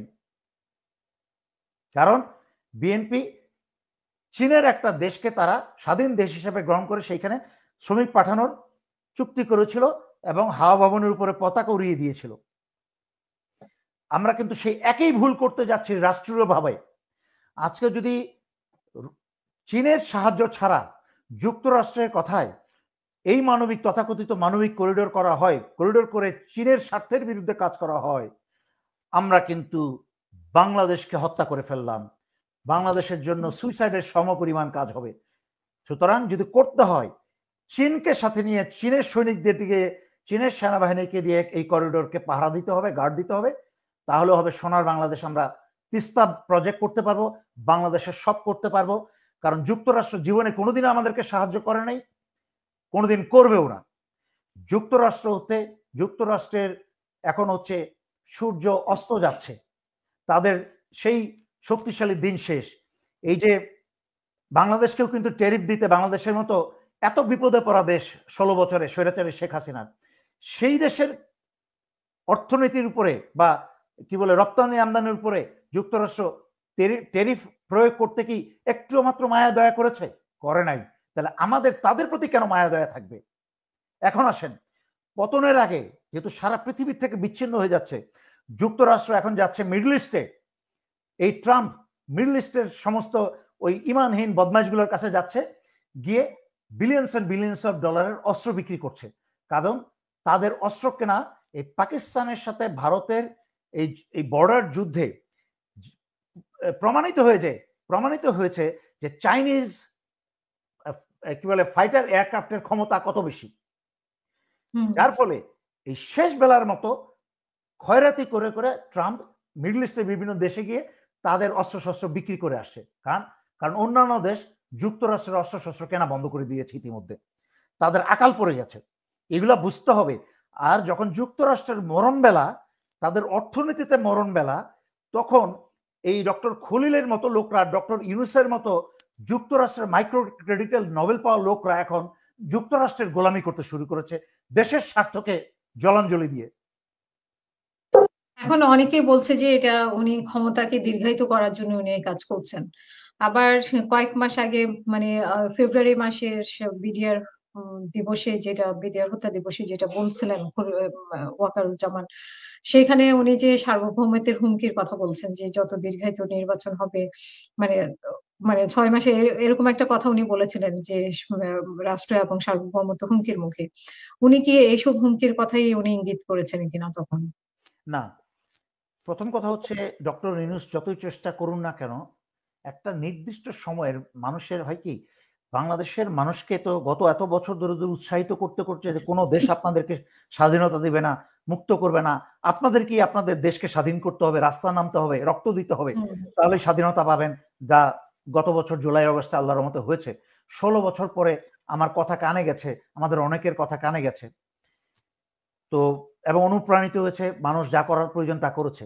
বুঝতে হবে 16 বছর লেগেছে স্বৈরাচারী শেখ হাসিনাকে উৎখাত করতে, কিন্তু বাংলাদেশের জনগণ, এই প্রজন্ম তথা বাংলাদেশের জনগণ, শুধু প্রজন্ম বললে হবে না, এই প্রজন্মের যারা মা বাবা, তারা কিন্তু সেই প্রজন্মের মা বাবা, সেই প্রজন্মের মা বাবা কিন্তু এই প্রজন্মের ছেলেপেলেদেরকে রাস্তায় নামতে দিয়েছে। এই প্রজন্মের মা বাবা, মনে আছে নিরাপদ সড়ক চাই আন্দোলন, মনে আছে? নিরাপদ সড়ক, তারও বহু বছর আগে থেকে আমি কিন্তু এই হাসিনার বিরুদ্ধে আমি কি বলে মিডিয়া যুদ্ধে নেমেছিলাম। নিরাপদ সড়ক আন্দোলন কিন্তু তখন মা বাবা নামতে দেন এই সন্তানদেরকে, যার ফলে সেই আন্দোলন কিন্তু সফল হয় নাই। তার পরবর্তীতে বিশ্ববিদ্যালয়ের শিক্ষার্থীদের যে কোটা একটা আন্দোলন হয়েছিল, সেটাও কিন্তু সফলতার মুখ দেখা নাই, কারণ সেখানেও কিন্তু মা বাবা সন্তানদেরকে মানে উৎসাহ নিয়ে পার্টিসিপেট করতে দেন নাই। কিন্তু আমরা জুলাই আগস্টের আন্দোলনে কি দেখেছি, মা বাবা চিন্তা করেছে ঘরে বসে অসহায়ের মতো মরার চেয়ে সন্তানকে নিয়ে একসাথে রাস্তায় নেমে যাই। রাস্তায় কিন্তু মা বাবাও নেমেছিল, হ্যাঁ, সন্তান নিয়ে মা বাবাও নেমেছিল, সেই জন্য কিন্তু সফলতা এসেছে। মা বাবা ছেলের মাথায় হাত দিয়ে বলেছে, বাবা তুই এগিয়ে যা, সফলতা এসেছে। উৎসর্গ করা মানে সন্তান উৎসর্গ করে দিয়েছে, সফলতা দিয়েছে। সুতরাং যারা আজকাল খালি বলি নতুন প্রজন্ম করেছে, দিস ইজ বুলশিট। নতুন প্রজন্ম পুরনো প্রজন্মের আশীর্বাদেই নতুন প্রজন্ম করেছে, তার মা বাবাকে, মুরব্বীদেরকে সাথে নিয়ে। সুতরাং এই প্রজন্ম এবং এই বাংলাদেশিরা জেনে গেছে কিভাবে স্বৈরাচার উৎখাত করতে হয়। সুতরাং প্রফেসর ইউনূস যদি ক্ষমতা দীর্ঘায়িত করতে চায় বিভিন্ন টাল বাহানায়, জনতার ধৈর্যর কখন আঘাত করতে হয় জনতা শিখে গেছে। হাসিনার যে শক্তি ছিল ভারতের সমর্থনে হাসিনার যে শক্তি ছিল, প্রফেসর ইউনূসের সরকারে 1000 ভাগের 1 ভাগ সেই ক্ষমতা শক্তি নাই। কারণ ভারত যার পার্শ্ববর্তী দেশ, প্রতিবেশী দেশ, তার তো আর কোনো শত্রুর প্রয়োজন হয় না। সেই শত্রুর প্রতিনিধি চাকরানি ছিল হাসিনা। আর প্রফেসর ইউনূস আশা করছেন যে পশ্চিমেরা ওনাকে সাহায্য করবে। পশ্চিমেরা ওনাকে ব্যবহার করার যতটুকু করে ফেলেছেন, ওনার মাইক্রো ক্রেডিটটা বাস্তবায়ন করে পশ্চিমা দেশে, যেখানে বিলিয়নস অফ ডলারের পশ্চিমারা 1% ইন্টারেস্ট রেট নিতে পারতো, ওনার মাইক্রো ক্রেডিট বাস্তবায়ন করে এখন 10%, 20% ইন্টারেস্ট রেট নেয় $10,000। তো ওইটা শিখে ফেলেছে। এখন লাস্ট চেষ্টা করছে যে আরাকানটাকে এই সিটুইতে যুক্তরাষ্ট্রের একটা বন্দর করে, সামরিক বন্দর করে, যদি মালাকা স্ট্রিটটা চাইনিজের ব্যবসা বাণিজ্য অর্ধেক ধ্বংস করে দেওয়া যায়, তাহলে বাংলাদেশও শেষ, চাইনিজ অর্ধেক শেষ, বাংলাদেশ সম্পূর্ণ শেষ, ধ্বংস হয়ে যাবে, বাংলাদেশের কোনো অস্তিত্ব থাকবে না। এবং হাসিনার চেয়েও বড় শত্রু হবে এই প্রফেসর ইউনূস তখন। আচ্ছা, আমি যদি একটু রাজনীতি, ইশরাককে কেন মানে ইয়েতে দেওয়া হয়নি, শপথ নিতে দেওয়া হচ্ছে না? সেখানে আসিফের সাথে, উপদেষ্টা আসিফের সাথে এক ধরনের দ্বিধাদ্বন্দ্ব চলছে এবং তাকে অবাঞ্ছিত ঘোষণা করা হয়েছে নগর ভবনে। তো আপনার ইশরাক, কাছে কি মনে হয়? আপনার কাছে প্রশ্ন, ইশরাক মেয়র হিসেবে কবে পাশ করেছিল? হাসিনার আমলের নির্বাচনে, রাইট? মানে সে একটা কোর্টে রায় পেয়েছে বা ইয়ে করেছে। কোর্টের রায় বাদ দিলাম আমি, তার নির্বাচনটা কথা হয়েছিল। যখন জনতার নির্বাচনের প্রশ্ন আসে, জনতার নির্বাচনের প্রশ্নটা আসে, হাসিনার আমলের কোনো নির্বাচনের বৈধতা ছিল না। হাসিনা ছিল অবৈধ সরকার, হাসিনার আমলের সকল নির্বাচন অবৈধ, হাসিনার আমলের সকল চুক্তি অবৈধ। সুতরাং বাস্তবিক দৃষ্টিতে হাসিনার আমলে ইশরাকও অবৈধ, মেয়র হতে পারে না। কোর্ট কি রায় দিল, আই এম সরি, একটা অবৈধ জিনিসের উপরে একটা বৈধ রায় দেওয়া যায় না। আমি যতগুলা কথা বলি একদম নির্দলীয় নিঃস্বার্থভাবে কথা বলি, কারো পক্ষ নিয়ে কথা বলি না আমি। যারা জ্ঞানী, যাদের মাথায় আল্লাহ চিন্তা শক্তি দিয়েছে তারা বুঝতে পারেন আমার কথাগুলা। যারা মূর্খ, যারা হুজুগে, যারা কথায় কথায় লাফায় তারা বুঝতে পারবে না, তারা গালিগালাজ করবে। বাট যদি ইশরাককে যদি মেয়রের বৈধতার রায় দেওয়া যায়, তাহলে ওই যে বগুড়ার একটা ছেলে আছে না, কি যেন নামটা, বিভিন্ন ফান টান, বিভিন্ন নাটক ফাটক এক সময় মানুষ, হিরো আলম। আচ্ছা, হিরো আলম। তো হিরো আলমও তো ওই ঢাকায় ওই আরাফাতের বিরুদ্ধে সে জয়ী হয়েছিল বা এরকম একটা কিছু। হ্যাঁ, ইশাকের আউট হওয়ার পরে হিরো সুতরাং তাকে কেন কোর্টের বৈধতা দিয়ে তাকে কেন উপদেষ্টা হিসেবে বসিয়ে দেওয়া হয় না? কারণ সেই সময় তো এমপি ইলেকশনে সে পাশ করেছিল। সুতরাং এইসব কথা বলতে গেলে অনেক কথাই বলতে হয়। হাসিনার 16 বছরের আমল সবকিছু অবৈধ, সেখানে ইশরাকও অবৈধ। ওই তার ইশরাক অবৈধ না, ইশরাকের সেই মেয়র হিসাবে পাশ করাটা অবৈধ। সুতরাং অবৈধ একটা ফলাফলের উপর ভিত্তি করে কোর্ট একটা বৈধ রায় দিতে পারে না। ইশাকে লোকেরা তালা মেরে দিয়েছে, তারপরে কি আজকে অনেক ঘটনাই ঘটেছে এই বিষয়টা নিয়ে। ইমরান আহমেদ, আপনার প্রশ্ন মতামত প্লিজ 1 মিনিটে শেষ করবেন। আসসালামু আলাইকুম আপা, আপনাকে ধন্যবাদ এবং দেলোয়ার স্যারকে সালাম। আসসালামু আলাইকুম। ওয়ালাইকুম আসসালাম। আমার প্রশ্ন হচ্ছে গিয়া, শেখ হাসিনা ভারতের দালালি করতে করতে আমাদের দেশটার একটা গৃহযুদ্ধের দিকে নিয়ে আসছিল। আমরা সবাই ওর কাছে বন্দী ছিলাম, ওরা আমরা উৎখাত করেছি। এখন ডক্টর ইউনূস স্যার পশ্চিমাদের সাথে মিশে আমাদের দেশটা কি ফিলিস্তিন বানাইতে চাইছেন নাকি উনি? আমরা এটা বুঝতে পারতেছি না। Good question. আমি এটা নিয়ে এতক্ষণ ব্যাখ্যা করলাম, সুন্দর। এটা নিয়ে এতক্ষণ করেছে শুরুতে। এটা কিন্তু আমি সবসময় জনতার পক্ষে কথা বলি। আমি যতদিন প্রয়োজন প্রফেসর ইউনূসের যেই কাজ ভালো সেটার প্রশংসা করেছি, তাদের পাশে দাঁড়িয়েছি। কিন্তু যখন যেই কাজটা ভুল করছে আমি তার বিরুদ্ধে দাঁড়াচ্ছি। কারণ আপনার কথা ঠিক, আমরা বাংলাদেশের মাটিকে আমরা ফিলিস্তিনের মাটি হতে দিব না। তাও ফিলিস্তিনিদের সাথে আমাদের পার্থক্য বিশাল। ফিলিস্তিনিদের রাস্তা খুলে দিয়ে অন্য দেশে চলে যাওয়ার রাস্তা করে দিলেও তারা যেতে চায় না। তাদের ইমানের সাথে অন্য কোনো দেশের মুসলমানদের ইমানের তুলনা করা যাবে না। তারা জেরুজালেমকে ফিরে যেতে চায়, তারা পুরো প্যালেস্টাইন ফিরে পেতে চায়। তারা আমরণ সেই যুদ্ধ করেছে এবং করে যাবে। কিন্তু আমাদের প্রশ্ন যখন আসে, আমাদের মাটিকে ব্যবহার করে যেই পশ্চিমারা মুসলমানদের রক্তের বন্যা বয়ে দিয়েছে, মিলিয়ন্স অফ মুসলিম হত্যা করেছে গত 50 বছরে, এই যুক্তরাষ্ট্র দ্বিতীয় বিশ্বযুদ্ধ থেকে মিলিয়ন্স অফ মুসলিম হত্যা করেছে বিভিন্ন দেশে। ইরাক, প্যালেস্টাইন আছে সবার প্রথমে, ইরাক কোথায় নাই, সিরিয়া কোথায় নাই, পশ্চিমারা সমস্ত মুসলিম দেশগুলোকে ধ্বংস করে দিয়েছে। বাংলাদেশের এই 92% মুসলমানের দেশের উপরে এখন যুক্তরাষ্ট্রের কুনজর পড়েছে এবং তাকে সাহায্য করছে এই ডক্টর খলিলদের মতো মির্জাফররা। আমরা কোনো মূল্যের বিনিময়ে তা হতে দিব না। হাসিনাকে প্রতিহত করেছি, প্রয়োজনে এই সরকারের বিরুদ্ধে যদি লাইনে না আসে, এই সরকারের বিরুদ্ধেও হবে চরম এবং কঠোর আন্দোলন। এবং ইউনূস সরকার 3 দিন টিকতে পারবে না, কারণ ইউনূস সরকারের কোনো অবকাঠামো নাই। এখনো সমস্ত স্বৈরাচারী শেখ হাসিনার অবকাঠামো রয়ে গেছে। সরকারে তো এনসিপি আছে, যেটা মানুষ বলে এনসিপিরা, একটা কথা বলি, এনসিপিরা, with all my respect and with all my love, এনসিপির প্রতি আমার সকল ভালোবাসা শুভেচ্ছা সহকারে আমি কথাটা বলছি। এই এনসিপিকে কিন্তু এই মেজর দেলোয়ার এত বছর ধরে জাগিয়েছে, এই ছেলেপেলেগুলোকে উৎসাহিত করেছে। তাদের ছাত্রনেতারা কেউ আমাকে ফোন করে বলেছে যে ভাইয়া আপনার কথায় এত বছর আমরা অনুপ্রাণিত হয়ে বড় হয়েছি, এবং যতদিন বেঁচে থাকবো আমি যুব সমাজকে সঠিক পথে অনুপ্রাণিত করে যাব। কিন্তু এনসিপি যখন ভুল করবে তখন আমি এনসিপিকেও ছাড়বো না। এখানে জওয়ান আর যুবক আর বৃদ্ধ দিয়ে কথা না, কথাটা হচ্ছে সঠিক আর ভুল কোনটা, দুইটা দিয়ে কথা। সেখানে আমি মনে আছে আপনার অনুষ্ঠানে বলেছিলেন আপনি আমাকে যে আপনি কোন দলের কথা বলছেন, এখনো তো কোনো দল হয় নাই। আমি বলেছিলাম দল হয় নাই কিন্তু হবে, 5 বছর 6 বছর ধরে যত কিছু বলেছি সব হয়েছে এবং হবে ইনশাল্লাহ। এবং এও বলেছিলাম তাদের দল হবে, দলে ভাঙন হবে, ভুল বুঝাবুঝি থাকবে, তাদেরকে পুনর্গঠনের একটা দল হিসেবে দাঁড়াতে কিন্তু অনেক অনেক বছর সময় লাগবে। আজকের বিএনপি তো ওই কি বলে মির্জাফর যারা ভারতের টাকায় যারা মির্জা ফখরুলরা, আব্দুল আওয়াল মিন্টু, খসরু ফসরু যারা আছে, ভারতের রয়ের কথায় যারা নাচছে, বিএনপিকে তো এদেরকে সংস্কার না করলে বিএনপির সামনে বিপদ, বড় বিপদ। তারেক রহমানের উচিত দ্রুত সংস্কার করে এইসব ভারতের মির্জাফরদেরকে দূর করে দিয়ে বিএনপির তরুণ ছেলেপেলেদেরকে, দেশপ্রেমিক ছেলে মেয়েদেরকে সামনে নিয়ে আসা। যদি বিএনপিকে বাঁচাতে চায় তাহলে জনগণের রাস্তাও ফিরে আসবে। সে একইভাবে বলছি আমরা এই এনসিপির শুরুতেই ভয়ঙ্কর ব্যাপার হচ্ছে যে বিএনপির এত পুরনো একটা দল বা আওয়ামী লীগের মতো একটা এত পুরনো দল, এরা বুড়া দুরা হয়ে আমির হোসেন, আমু টামু, হাবি জাবি, এরা পয়সার স্বাদ পেয়েছে, পয়সা বানিয়েছে, বালিশের নিচে মাটির নিচে পয়সা জমিয়েছে। অত্যন্ত দুঃখজনক এবং কষ্টকর দেখতে যে বাচ্চা ছেলে পেলেগুলা এখনো ক্ষমতাই আসে নাই, তার আগেই দেখি প্রাডো চালিয়ে বেড়ায়, তার আগেই দেখি 150টা গাড়ি বহর নিয়ে তারা নিজ এলাকায় ভ্রমণে যায়। এগুলা কি পয়সা ছাড়া সম্ভব? তারা তো আবার দাবি করছে যে আওয়ামী লীগ চালাচ্ছে বিএনপি, মানে বিএনপি চলে আওয়ামী লীগের টাকায়, কিন্তু তারা কিভাবে চলে?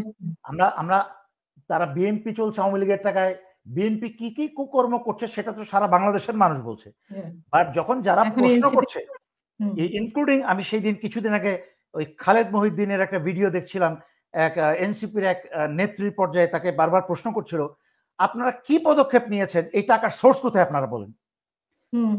বারবার কিন্তু কথা লম্বা করছিল, কথার উত্তর দিচ্ছিল না, ইনিয়ে বিনিয়ে ঘুরিয়ে ফিরিয়ে। এবং খালেদ মহিউদ্দিন তো স্মার্ট লোক, খুব সূক্ষ্মতার সাথে তাকে বলে দিয়েছিল তার মানে আপনি বলে দিচ্ছেন যে আপনি চাঁদা দিচ্ছেন, আপনার চাঁদাই চলছে। মানে তাদের চাঁদায় এই ছাত্রদের পকেটে আবার চাঁদা দেওয়ার টাকা কোথায়? এদের মাঝখানে বেশিরভাগ লোক কোনো চাকরি বাকরি নেই, ব্যবসা বাণিজ্য নেই। ছিল না, মানে আপনি জুলাইয়ের আগে চিন্তা করেন, জুলাইয়ের আগেও বাদ দিলাম, জুলাইয়ের পরেও এখনো বিশাল অংশের ছাত্র ছাত্রীরা কিন্তু অন্য নেতাদের পিছনে ঘুরে বেড়ায়। ওই একই বাঙালি কালচারে চলে আসছে, কিন্তু সেই বাংলাদেশের রীতিতে, সেই বাংলাদেশের পুরনো কালচারে চলে আসছে যে নেতা হবে একজন, তার পিছনে চাকরি বাকরি বিহীন শত শত হাজার হাজার লোক ঘুরে বেড়াবে একটু যদি পাওয়া যায়। কি ভয়ঙ্কর এই জাতির চরিত্রটা, কিভাবে পরিবর্তন হতে হতে আবার সেই আগের চরিত্রে ফিরে যাচ্ছে। ক্ষমতায় যাওয়ার আগেই দামি দামি গাড়ি, এত টাকা পয়সা ছড়াছড়ি। মানে একটা জাতির চরিত্রটাকে যদি আমরা গঠন না করতে পারি, আমরা সরকার পরিবর্তন করে একটা জাতি গঠন করা সম্ভব নয়। আমি এই জন্য বলছি আপনার অনুষ্ঠানের মাধ্যমেই আমাদের বাংলাদেশে উচিত, এই সরকারের উচিত যে একটা ইউনিভার্সিটি অফ ইসলামিক কালচার, যে ইসলামের ঐতিহ্যকে টিকিয়ে রাখার জন্য, বিস্তারের জন্য এবং শিখিয়ে রাখার জন্য একটা এই ধরনের ইউনিভার্সিটি হওয়া উচিত। কারণ বাংলাদেশে ভারতের যেসব বিশ্ববিদ্যালয় এবং বিভিন্ন বিভিন্ন সময় রবীন্দ্র বিভিন্ন কেন্দ্র হয়েছে, যাদের মাধ্যমে হিন্দুত্ববাদী প্রচার করা হয় বাংলাদেশে, এই জন্য বাংলাদেশের মুসলমানের সংখ্যা এত বেশি কিন্তু ইমানের বড় অভাব। এই জন্য বাংলাদেশে নিজেদের মাঝখানে তো মারামারি, কারাকারি, আমরা একত্রিত হতে পারি না, কারণ আমরা বেলা শেষে ভুলে যাই মুসলমান ভাই ভাই।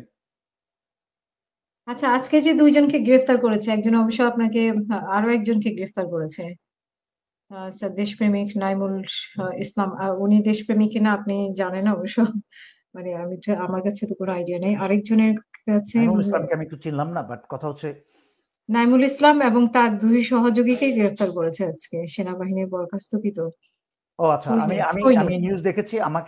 আমাকে অনলাইনে আপনার অনুষ্ঠানের আরো 2-3 ঘন্টা আগে আমাকে ওই যে সৈনিকরা যারা আন্দোলন করছে, আমি পরিষ্কার করে বলতে চাই, সৈনিকরা যারা আন্দোলন করছে তাদের অনেকের মাঝখানে বা বেশিরভাগের আন্দোলনে তাদের ভিত্তি আছে, কারণ আছে। যারা যেইভাবে অফিসাররা হাসিনার 16 বছরে বিভিন্ন কারণে অন্যায়ভাবে বঞ্চিত হয়েছে, তাদের উপর অন্যায় করা হয়েছে, অত্যাচার করা হয়েছে। একইভাবে কিন্তু অনেক অফিসার লেভেলের নিচে যারা আছে, সৈনিক, জুনিয়র কমিশন অফিসার বা নন কমিশন অফিসার, তাদের উপরে কিন্তু অনেক অন্যায় করা হয়েছে। মুখের কথার উপরে তাদেরকে চাকরি থেকে বরখাস্ত করে দেওয়া হয়েছে, বিনা কোনো বেনিফিটে তাদেরকে বাড়ি পাঠিয়ে দেওয়া হচ্ছে। সুতরাং তাদের দাবি দেওয়ার ভিত্তি আছে, কিন্তু তাদের এই আন্দোলনের মাঝখানে অনেক সুবিধাবাদীও ঢুকে গেছে। তো এই জন্য আমার সাথে যখন যারা যোগাযোগ করেছিল তাকে আমি বলেছিলাম যে তোমরা এক কাজ করো, নিজেদের দলের মাঝখানে সংস্কার করে আসো। তোমাদের মাঝখানে যারা 2 নাম্বার লোক আসছে, ওই 2 নাম্বার লোকগুলোকে বের করো, নাহলে কিন্তু ওই 2 নাম্বার লোকগুলো তোমাদেরকে কলঙ্কিত করে দিবে, তোমাদের যে বৈধ দাবিটাকে দুর্বল করে দিবে, বদনাম করে দিবে।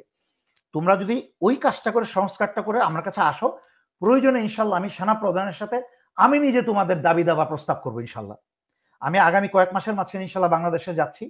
বাংলাদেশে এখনো দেশপ্রেমিক উপরের পর্যায়ে, এইটা মানুষকে বুঝতে হবে। আজকে স্বৈরাচারী শেখ হাসিনার আমলে অনেক জেনারেল প্রমোশন পেয়েছে, সুবিধা দিয়েছে, সুবিধা নিয়েছে, তার মানে এই না যে সবাই খারাপ। খারাপ যারা, ওই বদমাইশ গুলা, যে লেফটেন্যান্ট জেনারেল আকবর, ওই ডিজিএফ আয়নাগরের খুনিগুলো হচ্ছে সব প্রথম লাইনের বদমাইশ। ওই খুনি জিয়াউল হাসান, এরা হচ্ছে প্রথম লাইনের বদমাইশ, দেশদ্রোহী এবং খুনি। এদের কিন্তু 2-1টা ধরা পড়েছে, বাকি কিন্তু এদেরকে পালাতে দেওয়া হয়েছে কালক্ষেপণ করে, তাদেরকে প্রশ্রয় দিয়ে। আমি চিৎকার করে বলেছি, যার যার পাপীদার, এই দুনিয়া তো বিচার সময় না, আসল আল্লাহর বিচারের সময় তো আছে। আমরা তো অনেকেই নামাজ কালাম পড়ি, শোনেন আমি ধর্মীয় কথা বলতে গেলে অনেকে অপছন্দ করবে, বলি না। এই যারা সবসময় 5 ওয়াক্ত নামাজ কালাম পড়ে, মসজিদে যায়, হজ করতে যায় প্রতি বছর, আবার উমরা করতে যায়, তারা কিন্তু নিজের স্বার্থেই কাজগুলা করে, যে নিজে বেহেশতে যাবে। কিন্তু আমি নিজে ইসলামিক ধর্মীয় কাজ কি করি না করি সেটা আমার কাছেই রাখলাম, সেটা আল্লাহর আর আমার মধ্যে ব্যাপার। বাট অন্য মানুষের জন্য যে কাজ করছি, এই যে 5 ওয়াক্ত নামাজ পড়া মানুষগুলা যারা কোনো অন্যায়ের বিরুদ্ধে কথা বলে না, তারা হচ্ছে স্বার্থপর, তারা নিজের স্বার্থের জন্য কাজ করে। তারা কিন্তু ইসলামে যে বলা হয়েছে অন্যায়ের বিরুদ্ধে দাঁড়াও, তারা এই হাদিস কোরআনের বাণীগুলো তারা শুনতে চায় না। কিন্তু আমরা যারা করছি, আমরা কিন্তু নিজের স্বার্থ ভুলে গিয়ে অন্যের উপকারের জন্য, দেশের উপকার, দেশের কি বলে অত্যাচারিত মানুষের জন্য এত বছর কাজ করেছি এবং করেছি এখনো। সুতরাং ওইসব যারা আশ্রয় প্রশ্রয় দিয়ে বাংলাদেশ থেকে পালাতে সাহায্য করেছে, তাদের তো এক সময় আল্লাহ তো তাদেরকে দেখাবেন যে এই খুনিদেরকে তোমরা আশ্রয় প্রশ্রয় দিয়ে পালাতে সাহায্য করেছো, তখন তো তাদেরকে জবাব দিতে হবে এইগুলার। ভারত থেকে 2 ধরনের ব্যবস্থা। আজকে নিশ্চয়ই দেখেছেন আপনি, ভারতের স্থলবন্দর দিয়ে বাংলাদেশি পোশাক সহ বিভিন্ন পণ্য প্রবেশের নিষেধাজ্ঞা। তো এটা কি মানে, আর আপনি নিশ্চয়ই জানেন যে যখন আওয়ামী লীগের কার্যক্রম নিষিদ্ধ করা হয়, তখন ভারত থেকে এক ধরনের হতাশা বা উদ্বেগ প্রকাশ করেছে। তো এই কারণেই কি এই নিষেধাজ্ঞা, নাকি এটা এমনিতেও খুব প্রশ্নটাকে আমি আসলে খুব গুরুত্বপূর্ণ? প্রশ্নটা জনগণের দৃষ্টি থেকে ঠিক আছে, বাট আমরা আসলে, আমি একদম অনেস্টলি ব্যাখ্যা করছি, আমি আপনার প্রশ্নটাকে অবমূল্যায়ন করছি না, আমি জাস্ট প্রশ্নটার দিকটাকে একটু অন্য মাত্রায় ব্যাখ্যা করছি। না, এটা যদি গুরুত্বপূর্ণ না হয় অসুবিধা নেই। আরেকটা বিষয় আছে যে বলা গুরুত্বপূর্ণ, এই জন্য এটা প্রশ্নের উত্তরটা দেওয়া গুরুত্বপূর্ণ। কারণ আমাদের বাংলাদেশের মানুষ হচ্ছে কি, যখনই কোথাও সত্য তথ্যের অভাব হয়, তখনই কিন্তু অপপ্রচার এবং মিথ্যা তথ্য ছড়িয়ে যায়, তখনই কিন্তু এই যে বিভিন্ন বেড়ে যায়। তো এই সত্য তথ্য মানুষের কাছে প্রচার করা খুব গুরুত্বপূর্ণ। আপনি দেখেন, কানাডার সাথে আমেরিকা যখন ট্যারিফ নিয়োগ করলো কানাডার বিরুদ্ধে, কানাডা একটা বিরাট বড় উপকার হলো কানাডার। এতটা বছর, সেই 100 বছরের উপর ধরে কানাডা খুব বেশি যুক্তরাষ্ট্র নির্ভরশীল হয়েছিল, সমস্ত রপ্তানি, সমস্ত কিছু আমেরিকা নির্ভরশীল। তারা করতো কি, কানাডা হচ্ছে পৃথিবীর মাঝখানে 3য়, 4র্থ, 5ম একটা দেশ যার তেলের সম্ভার এত বেশি, তেল, গ্যাস এবং অন্যান্য খনিজ পদার্থ, ওয়ান অফ দি বেস্ট আর কি, হায়েস্ট। এই জন্য ট্রাম্প চাচ্ছে তাকে 51তম প্রদেশ হিসেবে কানাডাকে বারবার সে বুকে বলে আসছে। কিন্তু ট্রাম্প এসব কথাবার্তা বলে এবং কানাডার উপরে ট্যারিফ বা কর আরোপ করে যে উপকারটা হয়েছে, সমস্ত কানাডিয়ান একত্র হয়ে গিয়েছে দেশপ্রেমে। এবং যেই কাজগুলো কানাডিয়ানরা করতো এত বছর অবহেলায়, তারা করতো কি, ক্রুড অয়েল, মানে খাঁটি তেল না, ভেজাল তেল মাটি থেকে তুলে সেই তেলটাকে তুলে তারা যুক্তরাষ্ট্রে কম দামে সেটা সরবরাহ করতো পাইপলাইন দিয়ে। আর যুক্তরাষ্ট্র করতো কি, সেই ক্রুড অয়েলটাকে, ভেজালটাকে সরিয়ে পরিষ্কার তেল বানিয়ে সেইটাকে আর বেশি দামে আবার কানাডার কাছে উল্টা বিক্রি করতো। তার মানে কি, তারা কইয়ের তেল দিয়ে কই ভেজে সেই কই মাছটাকে আমাদের কাছে আবার আমাদের পয়সায় বিক্রি করে। কিন্তু ক্যানাডিয়ান এই অথর্ব পলিটিশিয়ানদের জন্য আমাদের সমস্ত নিজস্ব সম্পত্তি থাকার পরও ক্যানাডিয়ানরা নিজস্ব ফ্যাক্টরি, নিজস্ব ক্রুড অয়েল প্রসেসিং ফ্যাক্টরি এগুলো করে নাই। তারা অন্ধ ছিল শুধুমাত্র যুক্তরাষ্ট্রেই তেল সরবরাহ করবে। কেন আমরা এত বছর চায়নায় করি নাই, অন্য দেশে করি নাই? ট্রাম্প এইসব কাজ করার কারণে এখন আমরা চায়নায় তেল রপ্তানি করতে শুরু করেছি। আমরা এখন নিজেদের ক্রুড অয়েল আমরা পরিশোধ করার কাজ শুরু করেছি। আমরা এখন অন্যান্য কাজ ফ্যাক্টরি ইন্ডাস্ট্রি নিজেরা তৈরি করতে শুরু করেছি যুক্তরাষ্ট্রের উপরে নির্ভরশীলতা কাটিয়ে। আলহামদুলিল্লাহ বাংলাদেশেও সেই সুযোগ এসেছে ভারতের উপর নির্ভরশীলতা কাটিয়ে সমস্ত কিছু নিজের ঘরে গড়ে উঠুক। সুতরাং বাংলাদেশিদের এখন থেকে শিখতে হবে, মনে প্রাণে বিশ্বাসে শিখতে হবে যে ভারত কি করলো না করলো এটা নিয়ে আলোচনাই করা যাবে না। কারণ যখনই আমরা আলোচনা করব ভারত কেন এটা বন্ধ করলো, তখন মানে আমরা ভারত আরেকটা যে দেখলাম যে ভারত লাস্টের কথাটা শেষ করি। যতবার আমরা ভারতের নাম নিব, ভারত এই করেছে, ভারত এই করেছে, ভারত ততবারই মনে করবে তারা আমাদের কাছে ইম্পর্টেন্স বা গুরুত্ব পাচ্ছে। তাদেরকে আপনারা এমন ভাবে দেখেন তাকে যেন আপনারা দেখেও দেখছেন না, তাকে কোনো আলোচনার মধ্যেই আনবেন না। তাহলে তা দেখবেন যে তাদের রাগ আরো বেড়ে যাচ্ছে, আমাদেরকে এত অবহেলা করছে, এত অপমান করছে। এভাবেই ভারতকে শিক্ষা দিতে হবে। আপনি দ্বিতীয় প্রশ্ন যেটা করতে চাচ্ছেন পুশিন, হ্যাঁ, এখানে বাংলাদেশ থেকে যারা গেছে আওয়ামী লীগের তাদেরকেও সতর্ক করা হয়েছে, মানে তাদেরকে কিছু সময় দেওয়া হচ্ছে। আপনার কি মনে হয় যে আওয়ামী লীগের সেই নেতা কর্মীদের ব্যাপারে ভারত কোনো সিদ্ধান্ত নিতে পারে? আজকে আমার এই কথাটা প্রতিবার আপনার অনুষ্ঠানে বহুবার বলেছি, কথাটা লিখে রাখেন, রেকর্ডিং তো হচ্ছেই, লিখে রাখেন। একসময় ভারত হাসিনাকে মেরে ফেলবে, বিভিন্ন একটা কাহিনী বানিয়ে, একটা জঙ্গি নাটক বানিয়ে, ওর তো জঙ্গি নাটক উস্তাদ, আর নিজের ঘরও জঙ্গি নাটক উস্তাদ। পেহেলগামে জঙ্গি নাটক করলো, সারা পৃথিবী জানে যে এটা ভারতের তৈরি করা নাটক। একইভাবে ভারত একটা জঙ্গি নাটক তৈরি করে হাসিনাকে মেরে ফেলবে, বলবে বাংলাদেশ থেকে ইসলামিক জঙ্গিরা গিয়ে হাসিনাকে মেরে ফেলেছে। ওই আবার ঘুরে ফিরে আওয়ামী প্রেমিক জামাতের উপর দোষটা চাপিয়ে দিবে, শিবির উপর দোষটা চাপিয়ে দিবে। তো একইভাবে 2 দিন পরে এই যারা যতক্ষণ ভারত ততদিন পর্যন্ত আওয়ামী পলাতক খুনি সন্ত্রাসীদেরকে ভারতে জায়গা দিয়ে রাখবে যতদিন পর্যন্ত তাদের পকেটে পয়সা করার খরচ থাকবে, ফুলুস। বাংলাদেশ থেকে চুরি করে যে পয়সাগুলো নিয়ে গেছে না, এই পয়সাগুলো যতদিন থাকবে তখন বলবে তোমরা থাকো, জামায়া ধরে রাখবে। যখন পয়সাটা শেষ হয়ে যাবে তখন ঠেঙ্গা বাড়িটা দিবে। কারণ তাদের কাছ থেকে ভারতের কোনো লাভ হচ্ছে না আর, কারণ তারা হচ্ছে মরা গরু, শেষ। তাদের কাছ থেকে ওই মাংসটা আর খাওয়া যাবে না, মাংসটা বিক্রিও করা যাবে না। এই ভারতে পলায়িত ভারতের সমস্ত দেশদ্রোহীরা, বাংলাদেশের দেশদ্রোহীরা, চোর বদমাশ খুনিগুলো হচ্ছে এক সময় ভারতের কাছে অপাংতেয় হয়ে যাবে। এদের কাছে মানে এটা বলে চুষেও আর কোনো বেনিফিট বের করা যাবে না। তখন এদেরকে হয় পুশিং করবে, আর নয়তো বলবে, তাদেরকে চয়েস দেবে, তোমরা যেখানে ইচ্ছা যাও, অন্য দেশে যাও, we don't care, live our country. তাদের পয়সা যখন শেষ হয়ে যাবে। আর বাংলাদেশে একটা নিউজে দেখেছি যে তাদেরকে, মানে আজকে মনে হয় বিবিসি নিউজ বা একটা নিউজে দেখেছি তাদেরকে অলরেডি ওয়ার্নিং দেওয়া হয়েছে, কয়েক মাস সুযোগ দেওয়া হয়েছে আর কি, আচ্ছা, অন্য দেশে চলে যাওয়া বা কিছু। আমি না জেনেই আমি যেটা বলেছি অনুমানের উপরে যুক্তিগত ইয়ে বলেছি। আর বাংলাদেশে অন্যদেরকে যাদেরকে পুশিং করা হচ্ছে, আমাদের বিডিআরকে, আমি বিডিআরই বলে ফেললাম কারণ বিডিআর কথাটা মুখের মধ্যে থেকে যায়, বিজিবি বলতে মুখে আসে না, কারণ সারা জীবন বিডিআর বলতে বলতে চাকরি জীবন এবং পরবর্তীতেও, তো আমার মনে হয় বিজেপিকে বিডিআরই নাম পরিবর্তন করে দেওয়া উচিত। যাই হোক, আমাদের বিজিবিকে আরো অনেক সক্রিয় হতে হবে। এখন আমি সব জায়গায় দেখি গ্রামবাসী বিএসএফকে তাড়া করছে, তার পাশে বিজিবিও দাঁড়াচ্ছে, সেই জন্য সাধুবাদ জানাই। সেই জন্যই তো তাদের দায়িত্ব এটা, কারণ অন্যান্য চাকরিতে কিন্তু জীবন দেওয়ার স্বাক্ষর করে কোনো চাকরিতে, কোনো সিভিল চাকরিতে কেউ প্রবেশ করে না, কিন্তু সশস্ত্র বাহিনীতে কিন্তু জীবন দেওয়ার স্বাক্ষর করে কিন্তু চাকরিতে প্রবেশ করা হয়। যদিও হাসিনার আমল থেকে এটাকে এখন চাকরি বানিয়ে ফেলেছে, কিন্তু আমাদের আমলে কিন্তু সেনাবাহিনী এটাকে চাকরি ছিল না, এটাকে আমরা বলতাম সার্ভিস। এটা হচ্ছে আমরা দেশের প্রতি সার্ভিস দিচ্ছি। আর হাসিনার আমল এটাকে বানিয়ে ফেলছে সার্ভিস থেকে হয়ে গেছে চাকরি।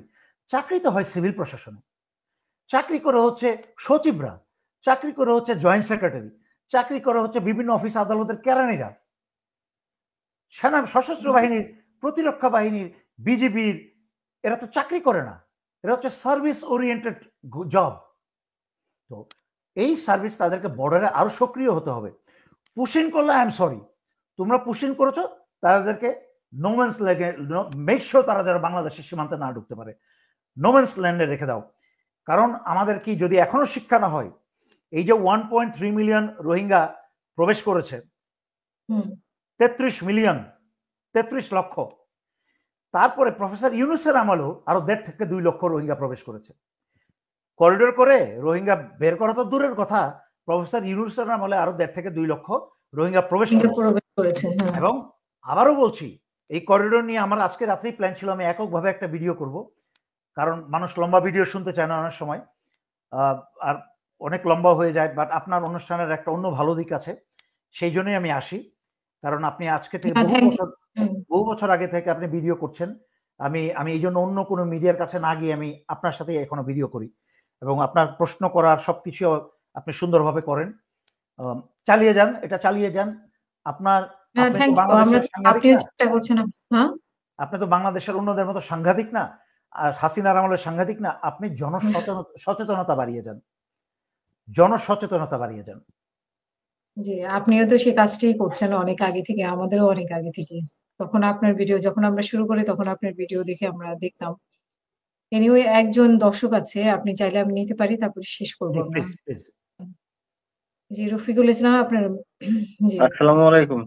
ওয়ালাইকুম আসসালাম। আশা করি আপনারা দুজনেই ভালো আছেন। তো আমার কনসার্নিং ব্যাপারটা হচ্ছে, এই যে পশ্চিমা সংস্কৃতি যে প্রতিদিন অল্প অল্প করে পুশ ইন করা হচ্ছে, তো ব্যাপারটা আসলে কোন দিকে যাবে? আমাদের দেশের সমাজ সংস্কৃতি বা ধর্মের যে একটা আছে, যেমন পূর্ব থেকে যেরকম চলে আসছে, তো এই যে পশ্চিমা সংস্কৃতির পুশ ইন করার ফলে তো আস্তে আস্তে এটা দ্বন্দ্ব লেগে যাবে। এটা নিয়ে একটু জানতে চাচ্ছিলাম, এটা তারা কতটুকু সফল হবে, অথবা এটাকে কিভাবে থামানো যায়, এই আর কি। আচ্ছা, প্রথম আমি আপনার প্রশ্নটা সুন্দর প্রশ্ন করেছেন, আমি খুব শর্টকাট করে উত্তর দেবো। আমি এই অনুষ্ঠান এবং আরো অনেক অনুষ্ঠানে এই কথাটা বলেছি যে ভারত যাদের প্রতিবেশী তাদের কোনো শত্রুর আর কোনো শত্রুর প্রয়োজন হয় না। যেখানে আমাদের তিন দিক ঘিরে ভারত গত 16 বছর বাংলাদেশ দখল করে নিয়েছিল, বাংলাদেশের ভিতরে এসে তারাই চালাতো, প্রশাসন, পুলিশ, সেনাবাহিনী সবই তারা চালাতো। এবং যার প্রতিবাদ করতে গিয়ে মেজর জিয়াকে জঙ্গি বানিয়ে ফাঁসির রায়ও দিয়ে দিয়েছে। তো সুতরাং আপনাকে বুঝতে হবে, এই ছাত্র জনতার সরকার আসার পরে ভারতের প্রফেসর ইউনূস ভারতের সকল কিছুকে উপেক্ষা করে তাদেরকে দূরে ঠেলে দেওয়ার কারণে ভারত সর্বাত্মক চেষ্টা করবে বাংলাদেশকে সবসময় ক্ষতি করতে। আভ্যন্তরীণভাবে তো ভারত করার দরকার নাই, আমাদের যেসব মির্জাফর আছে তারাই যথেষ্ট। আর বর্ডারে ভারত বাইরে থেকে সর্বাত্মক চেষ্টা করবে বাংলাদেশের ক্ষতি করার জন্য। এখনো ভারতের কথায় যুক্তরাষ্ট্র সরাসরি বাংলাদেশের ক্ষতি করছে না, এই কারণে যেহেতু যুক্তরাষ্ট্র জানে যে ভারতকে, বাংলাদেশকে ব্যবহার করে যুক্তরাষ্ট্রের কিছু ফায়দা লুটা এখনো বাকি আছে। এই জন্য ভারতের কথায় কিন্তু ট্রাম্প অনেক কিছু করছে না। অন্য কোনো সরকার থাকলে কিন্তু করে ফেলতো ইতিমধ্যে, কারণ যুক্তরাষ্ট্রের সব সরকারই, রিপাবলিকান হোক আর ডেমোক্রেটিক হোক, তারা সবসময় চায় বাংলাদেশকে শাসন করতে ভারতের মাধ্যমে। কিন্তু এটা পুশিন চলবেই, আরো কত কিছু চলবে। পার্বত্য চট্টগ্রাম দখলের চেষ্টা চলবে, পার্বত্য চট্টগ্রাম রাষ্ট্র গঠনের চেষ্টা, এক্স্যাক্টলি। পার্বত্য চট্টগ্রাম 5ই আগস্টের পর থেকে আমরা দেখেছি, কি দেখি নাই, অনেক কিছু বাদ পড়বে। আমি সবকিছু নাম নিতে পারবো না। কুকি চীন, পার্বত্য চট্টগ্রামে এইটা সেটা, এই রিক্সা লীগ, তো কি লীগ বাদ দিব না। আমি মুখ দিয়ে অনেক কথা আসে, পাবলিক দেখে, তাই আমি শব্দ ব্যবহার করতে পারি না। এইগুলো হচ্ছে সবই ভারতের কাজ এবং আওয়ামীর রেখে যাওয়া কাজ।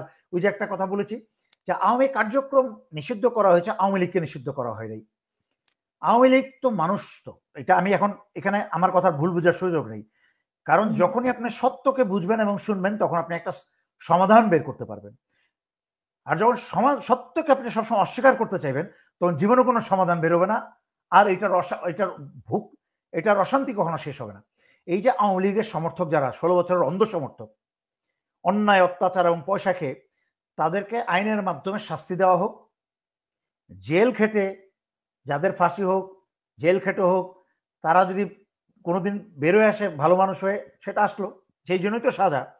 আর যারা জেল করার মতো কোনো অপরাধ করে নাই, তারা যদি অন্য দল মনে করে সে কোনো বড় অপরাধ করে নাই, নাম কাগজ আওয়ামী লীগ ছিল, আওয়ামী লীগ শুনেন, আওয়ামী লীগের কিছু লোক ছিল যাদেরকে আমি চিনি, বাঁচার জন্য নিজেকে বলতো আমি আওয়ামী লীগ, কারণ তাকেও তো বাঁচতে হবে। আমি কি মিথ্যা কথা বলেছি বলেন? না, ট্রু। আমি অনেক মানুষকে জানি মুজিব কোট পড়তো শুধুমাত্র তার উপরে যেন আক্রমণ না হয়, তার ব্যবসার উপরে যেন আক্রমণ না হয়, কিন্তু সে খুন খারাপিতে যেত না। মানে অনেকটা জিম্মি ছিল আসলে মানুষ, যার জন্য আওয়ামী লীগ অনেকে জিম্মি না, সারা দেশটা জিম্মি ছিল, সেনা প্রধান থেকে আরম্ভ করে হ্যাঁ, যারা আমরা দূরে থেকে নিরাপদ থাকতে পারতাম না, যারা মনে করেন নিজের কলিজা বিক্রি করে দিয়েছে, জেনারেল আজিজ, জেনারেল শফি, তারপরে কি বলে এটাকে, এরা হচ্ছে নিজের কলিজা বিক্রি করে দিয়েছে। জেনারেল ওয়াকার ছিলেন উনি সারা জীবন, আমি বারবার বলছি, গালিগালাজ আমাকে করতে পারেন, জেনারেল ওয়াকারকে আমি সেই ক্যাপ্টেন অবস্থা থেকে ওনাকে আমি চিনি। উনি যখন মেজর ছিলেন, আমি তখন এডিসি ছিলাম, মানে জেনারেল এডিসি ছিলাম, উনি মেজর ছিলেন। আমি ওনাকে চিনি, ওনার শ্বশুর শাশুড়িকে চিনি। একটা পিওর জেন্টলম্যান, অত্যন্ত ভদ্র অমায়িক একজন লোক। আপনার দেশের এই ক্রান্তিলগ্ন অবস্থায় এমন একটা অবস্থা যে ডানে যদি সামান্য ভুল হয় গালিগালাজ শুরু, বামে গেলে সামান্য ভুল হলে গালিগালাজ শুরু। বাট একটা সেনা প্রধানের অবস্থাটা হচ্ছে এমন একটা অবস্থান যে সারা দেশের মানুষের চোখ না, শুধু পৃথিবীর অন্য দেশেরও চোখ। বাংলাদেশের শত্রু যে ভারত, তারও চোখ তার উপরে। It is not a easy job. আর প্রফেসর ইউনুসের মতো নোবেল নামের আগে একটা নোবেল দিয়ে কিন্তু পার পাওয়ার মতো ওনার উপায় নেই। যে প্রফেসর ইউনুস যদি একটা অপরাধ করে, আচ্ছা নোবেল লরেট, ওইটা দিয়ে পার পেয়ে যায়। ওনার আগে কিন্তু কোনো নোবেল লরেট নাই। আর গত 16 বছরের হাসিনার অন্যায় অত্যাচার অপকর্মে এবং সশস্ত্র বাহিনীকে অপব্যবহার করে দেশের যেই ক্ষতি করেছে, সশস্ত্র বাহিনীকে চুপ করে রাখা হয়েছে। শুনেন, আমি ভিতরে জানি, যখন হাসিনা ক্ষমতায় ছিল, তার ক্ষমতার চরম সময়, সেই 2015, 16, 17, 18 সালেও সশস্ত্র বাহিনীর সার্ভিং কর্নেল মেজর আমাকে সরাসরি যোগাযোগ করে বলতো, স্যার আমাকে বলেন আমরা কি করবো, অস্ত্র হাতে নিব কিনা। আমি বলতাম চুপচাপ নিজের চাকরি করো, একত্রভাবে মানে একত্রে কোনো কিছু না করলে এটা বিফল হয়ে যাবে। এককভাবে কিছু করলে ওই যে নাম দিয়ে ফাঁসিতে জড়ায় দিবে, জঙ্গি বানায় দিবে। তো হাতে গোনা 2-4টা বদমাইশ ছাড়া সশস্ত্র বাহিনীর সবাই দেশপ্রেমিক এবং they do their assign job. বাংলাদেশের অন্য কোনো অর্গানাইজেশন নিজস্ব কাজ, আপনার সমস্ত দোষ নন্দ ঘোষ, খালি সব দোষ সশস্ত্র বাহিনীর। আর এই যে বড় বড় বদমাইশগুলো স্বাধীনতার 54 বছর পর থেকে সচিবালয়ে বসে বসে কাগজে কলমে যারা দেশদ্রোহিতা করে যাচ্ছে, সচিবরা এক কলমের খোঁচায়, কি বলে, বিভিন্ন সচিবালয়ে বিভিন্ন পদের সিভিল অফিসাররা, সিভিল প্রশাসন, তারা 54 বছর যে তাদের কলমের খোঁচায়, তাদের নীতিতে লক্ষ লক্ষ মানুষ সাফার করছে, খুন হয়ে যাচ্ছে, গুম হয়ে যাচ্ছে, দেউলিয়া হয়ে যাচ্ছে। এইগুলো অপরাধ কিন্তু জনগণের চোখে পড়ছে না, শুধু অপরাধ চোখে পড়ে ইউনিফর্মে। অনেক ধন্যবাদ। আপনি অনেক ব্যস্ততার মধ্যে সময় দিয়েছেন, দেন সবসময় মানে দেশের জন্য আপনি সবসময় নিজের প্ল্যাটফর্মেও কথা বলেন। তো আসলে সবাই তো এটা ভালো চেয়েছিল এবং ভালো হয়েছে, বাট সেটাকে নষ্ট যাতে না হয়, এখনো সময় আছে। আপনার কি মনে হয় এখন আসলে আমাদের কি সিদ্ধান্ত নেওয়া উচিত এই এলোমেলো পরিস্থিতি থেকে একটা গোছানো পরিস্থিতিতে আনার জন্য? শেষ করবো আমি। খুব সুন্দর প্রশ্ন এবং one of the most important question পুরো অনুষ্ঠানে। আমি সবাইকে অনুরোধ করব, ডক্টর ইউনূস সরকারকে, আমি জানি ডক্টর ইউনূস সরকারের ওনার সময় না হতে পারে, ওনার পরিধির মাঝখানে অনেকেই শোনেন এবং আমিও পাস করে দিই। আমার সবার কাছে অনুরোধ থাকবে, সশস্ত্র বাহিনীর অতীতে এবং 5ই আগস্টের পরেও কিছু ভুল আছে, যেটা আমিও নিজে বারবার বলেছি, কিন্তু একটা জিনিস মনে রাখতে হবে, বেলা শেষে এই সশস্ত্র বাহিনী কিন্তু এই দেশের সশস্ত্র বাহিনী। এবং ডক্টর খলিলের চেয়ে কিন্তু উনি নামকা ওয়াস্তে ডিফেন্স অ্যাডভাইজার হতে পারেন, যোগ্যতা থাকুক আর না থাকুক, যোগ্যতা নাই বললেই চলে, ভালো বেশি সত্য কথা হয়। কিন্তু এই সশস্ত্র বাহিনীর প্রয়োজন আছে এই বাংলাদেশের সার্বভৌমত্ব এবং স্বাধীনতা রক্ষা করতে হলে।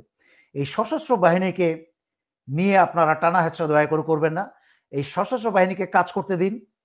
তারা করিডোরের বিষয়টা এবং বিভিন্ন অপারেশন ভালো বোঝে, এবং আমি বুঝি যে আমি কামরুলকে ভালো করে চিনি, কামরুল হাসান পিএসও, আমি 20 লং কোর্সের, ও আমার 1 কোর্স জুনিয়র 21 লং কোর্সের, খুব ভালো করে চিনি।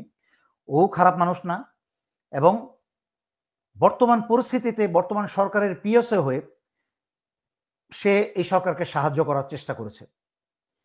কিন্তু সবার শেষে আমি আশা করি কামরুলও বুঝবে যে একক জেনারেল খলিলের নির্দেশে, আমি সবসময় যেটা বলেছি, যদি কোনো আইন বা নির্দেশ যদি দেশ বিরোধী হয়, দেশের জন্য ক্ষতিকর হয়, it is your job Kamrul to advice doctor Khalil যে আপনি যেই কাজটা করছেন, এই যে মেজর দেলোয়ার যে কথাটা বলেছে চায়নার বিরুদ্ধে যুক্তরাষ্ট্রের কথায় করিডোর, এককভাবে যুক্তরাষ্ট্রের কথায় যুক্তরাষ্ট্রকে সুবিধা দিতে গিয়ে এই করিডোরটা দিলে চায়নার বিরুদ্ধে ধারণা হবে এবং যা হবে বাংলাদেশের জন্য সুইসাইড।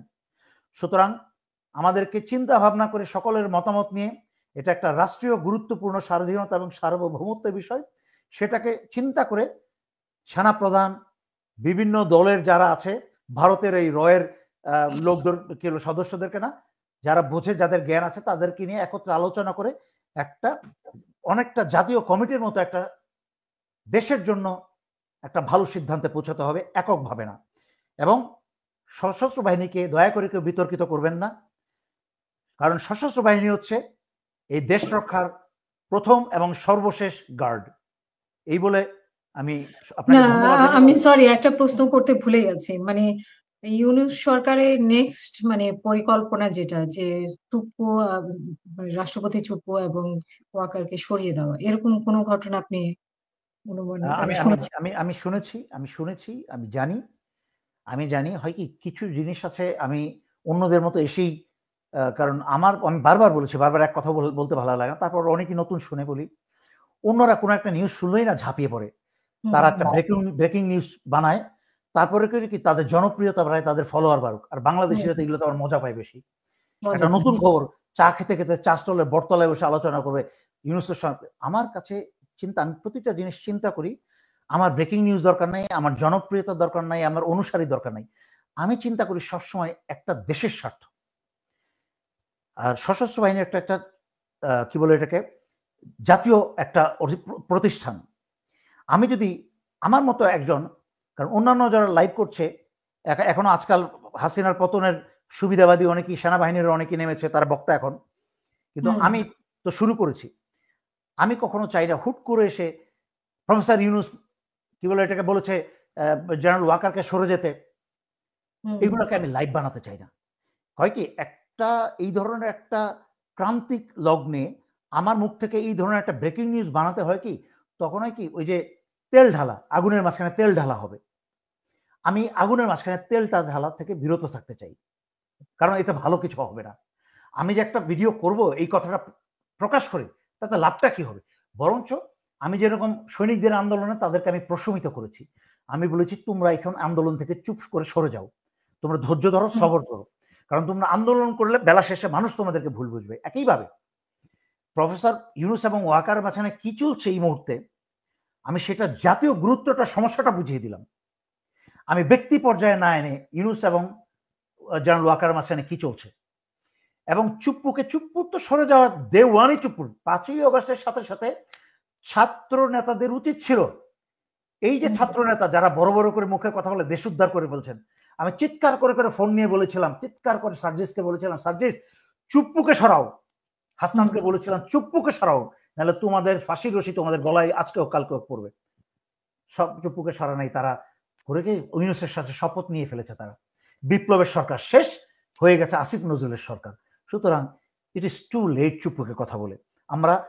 আমরা হচ্ছে ঘরের শত্রু বিভীষণ, আসিফ নজরুল, চুপ্পু, এরা সব রয়ে গেছে। So we are in a difficult path, আমরা একটা কঠিন পথে চলে গেছি। ইয়েস, উত্তরণের পথ আছে, উত্তরণের পথ একটাই, একতা। আমি জামাত বিএনপিকে বলবো, আল্লাহর হস্তে ক্ষমতার চিন্তা বাদ দিয়ে আপনারা, এই যে কথাটা বলছি, অনুষ্ঠান লম্বা হয়ে গেছে কিন্তু বলতে বাধ্য হচ্ছি, বিএনপিকে বলবো, আবারও বলছি আপনাদের ভালোর জন্য, আপনারা নিজের দলের সংস্কার করতে শুরু করেন। প্রফেসর ইউনূস যেহেতু একটা নির্দিষ্ট টাইম দিয়েছে, এর বাইরে তো যেতে পারবে না, কারণ এর বাইরে যেতে গেলে আস্তে আস্তে ওনার জনপ্রিয়তা কমতে শুরু করবে আর আন্দোলন শুরু হবে, আন্দোলন। কারণ হুম। সবাই যেহেতু বলেছে যে আগামী বছর জুনের মধ্যে করবে, এর আগে যদি কেউ আন্দোলন করে তাহলে তো সবাই বলবে এই লোকটা খারাপ, তাদের ধৈর্য হচ্ছে না, তাদের সবর হচ্ছে না। সুতরাং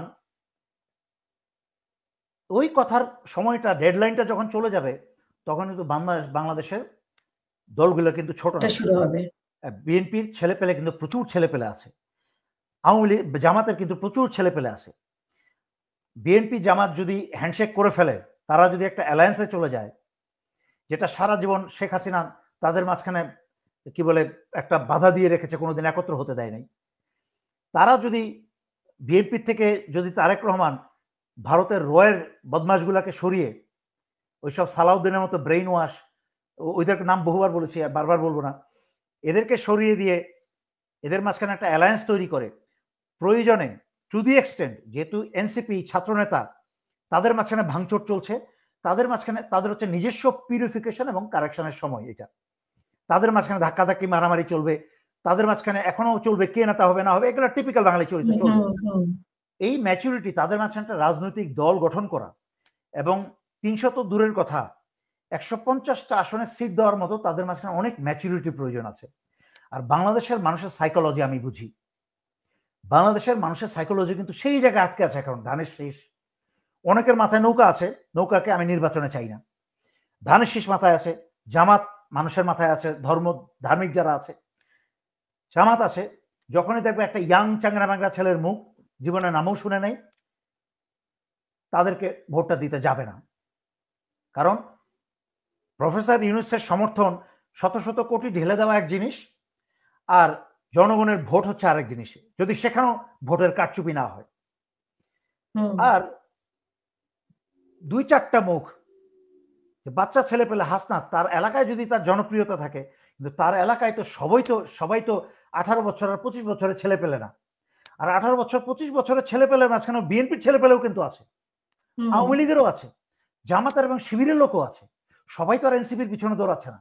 so it's a long story, game অনেক লম্বা। এই যুদ্ধে নামতে হলে এনসিপিকে ভবিষ্যৎ সুদূর প্রসারী চিন্তা নিয়ে নামতে হবে, আমাদের মতো সামান্য মানুষের উপদেশ শুনতে হবে, আদারওয়াইজ এই কি বলে এটাকে, শুরুতেই সব শেষ হয়ে যাবে, এটা আর দিনের আলোর মুখ দেখবে না। অসংখ্য ধন্যবাদ মেজর দেলোয়ার হোসেন আমাদের সাথে যুক্ত হওয়ার জন্য। এবং প্রিয় দর্শক, আপনারা যারা যুক্ত ছিলেন এবং পরে দেখবেন, তাদেরকে অসংখ্য ধন্যবাদ এবং আমাদের আগামী অনুষ্ঠান দেখার আমন্ত্রণ জানিয়ে এখানেই শেষ করব। সবাই ভালো থাকবেন, সুস্থ থাকবেন। আল্লাহ হাফেজ। আসসালামু আলাইকুম। আপনাকে অসংখ্য ধন্যবাদ আমাদের সাথে যুক্ত থাকার জন্য। Thank you.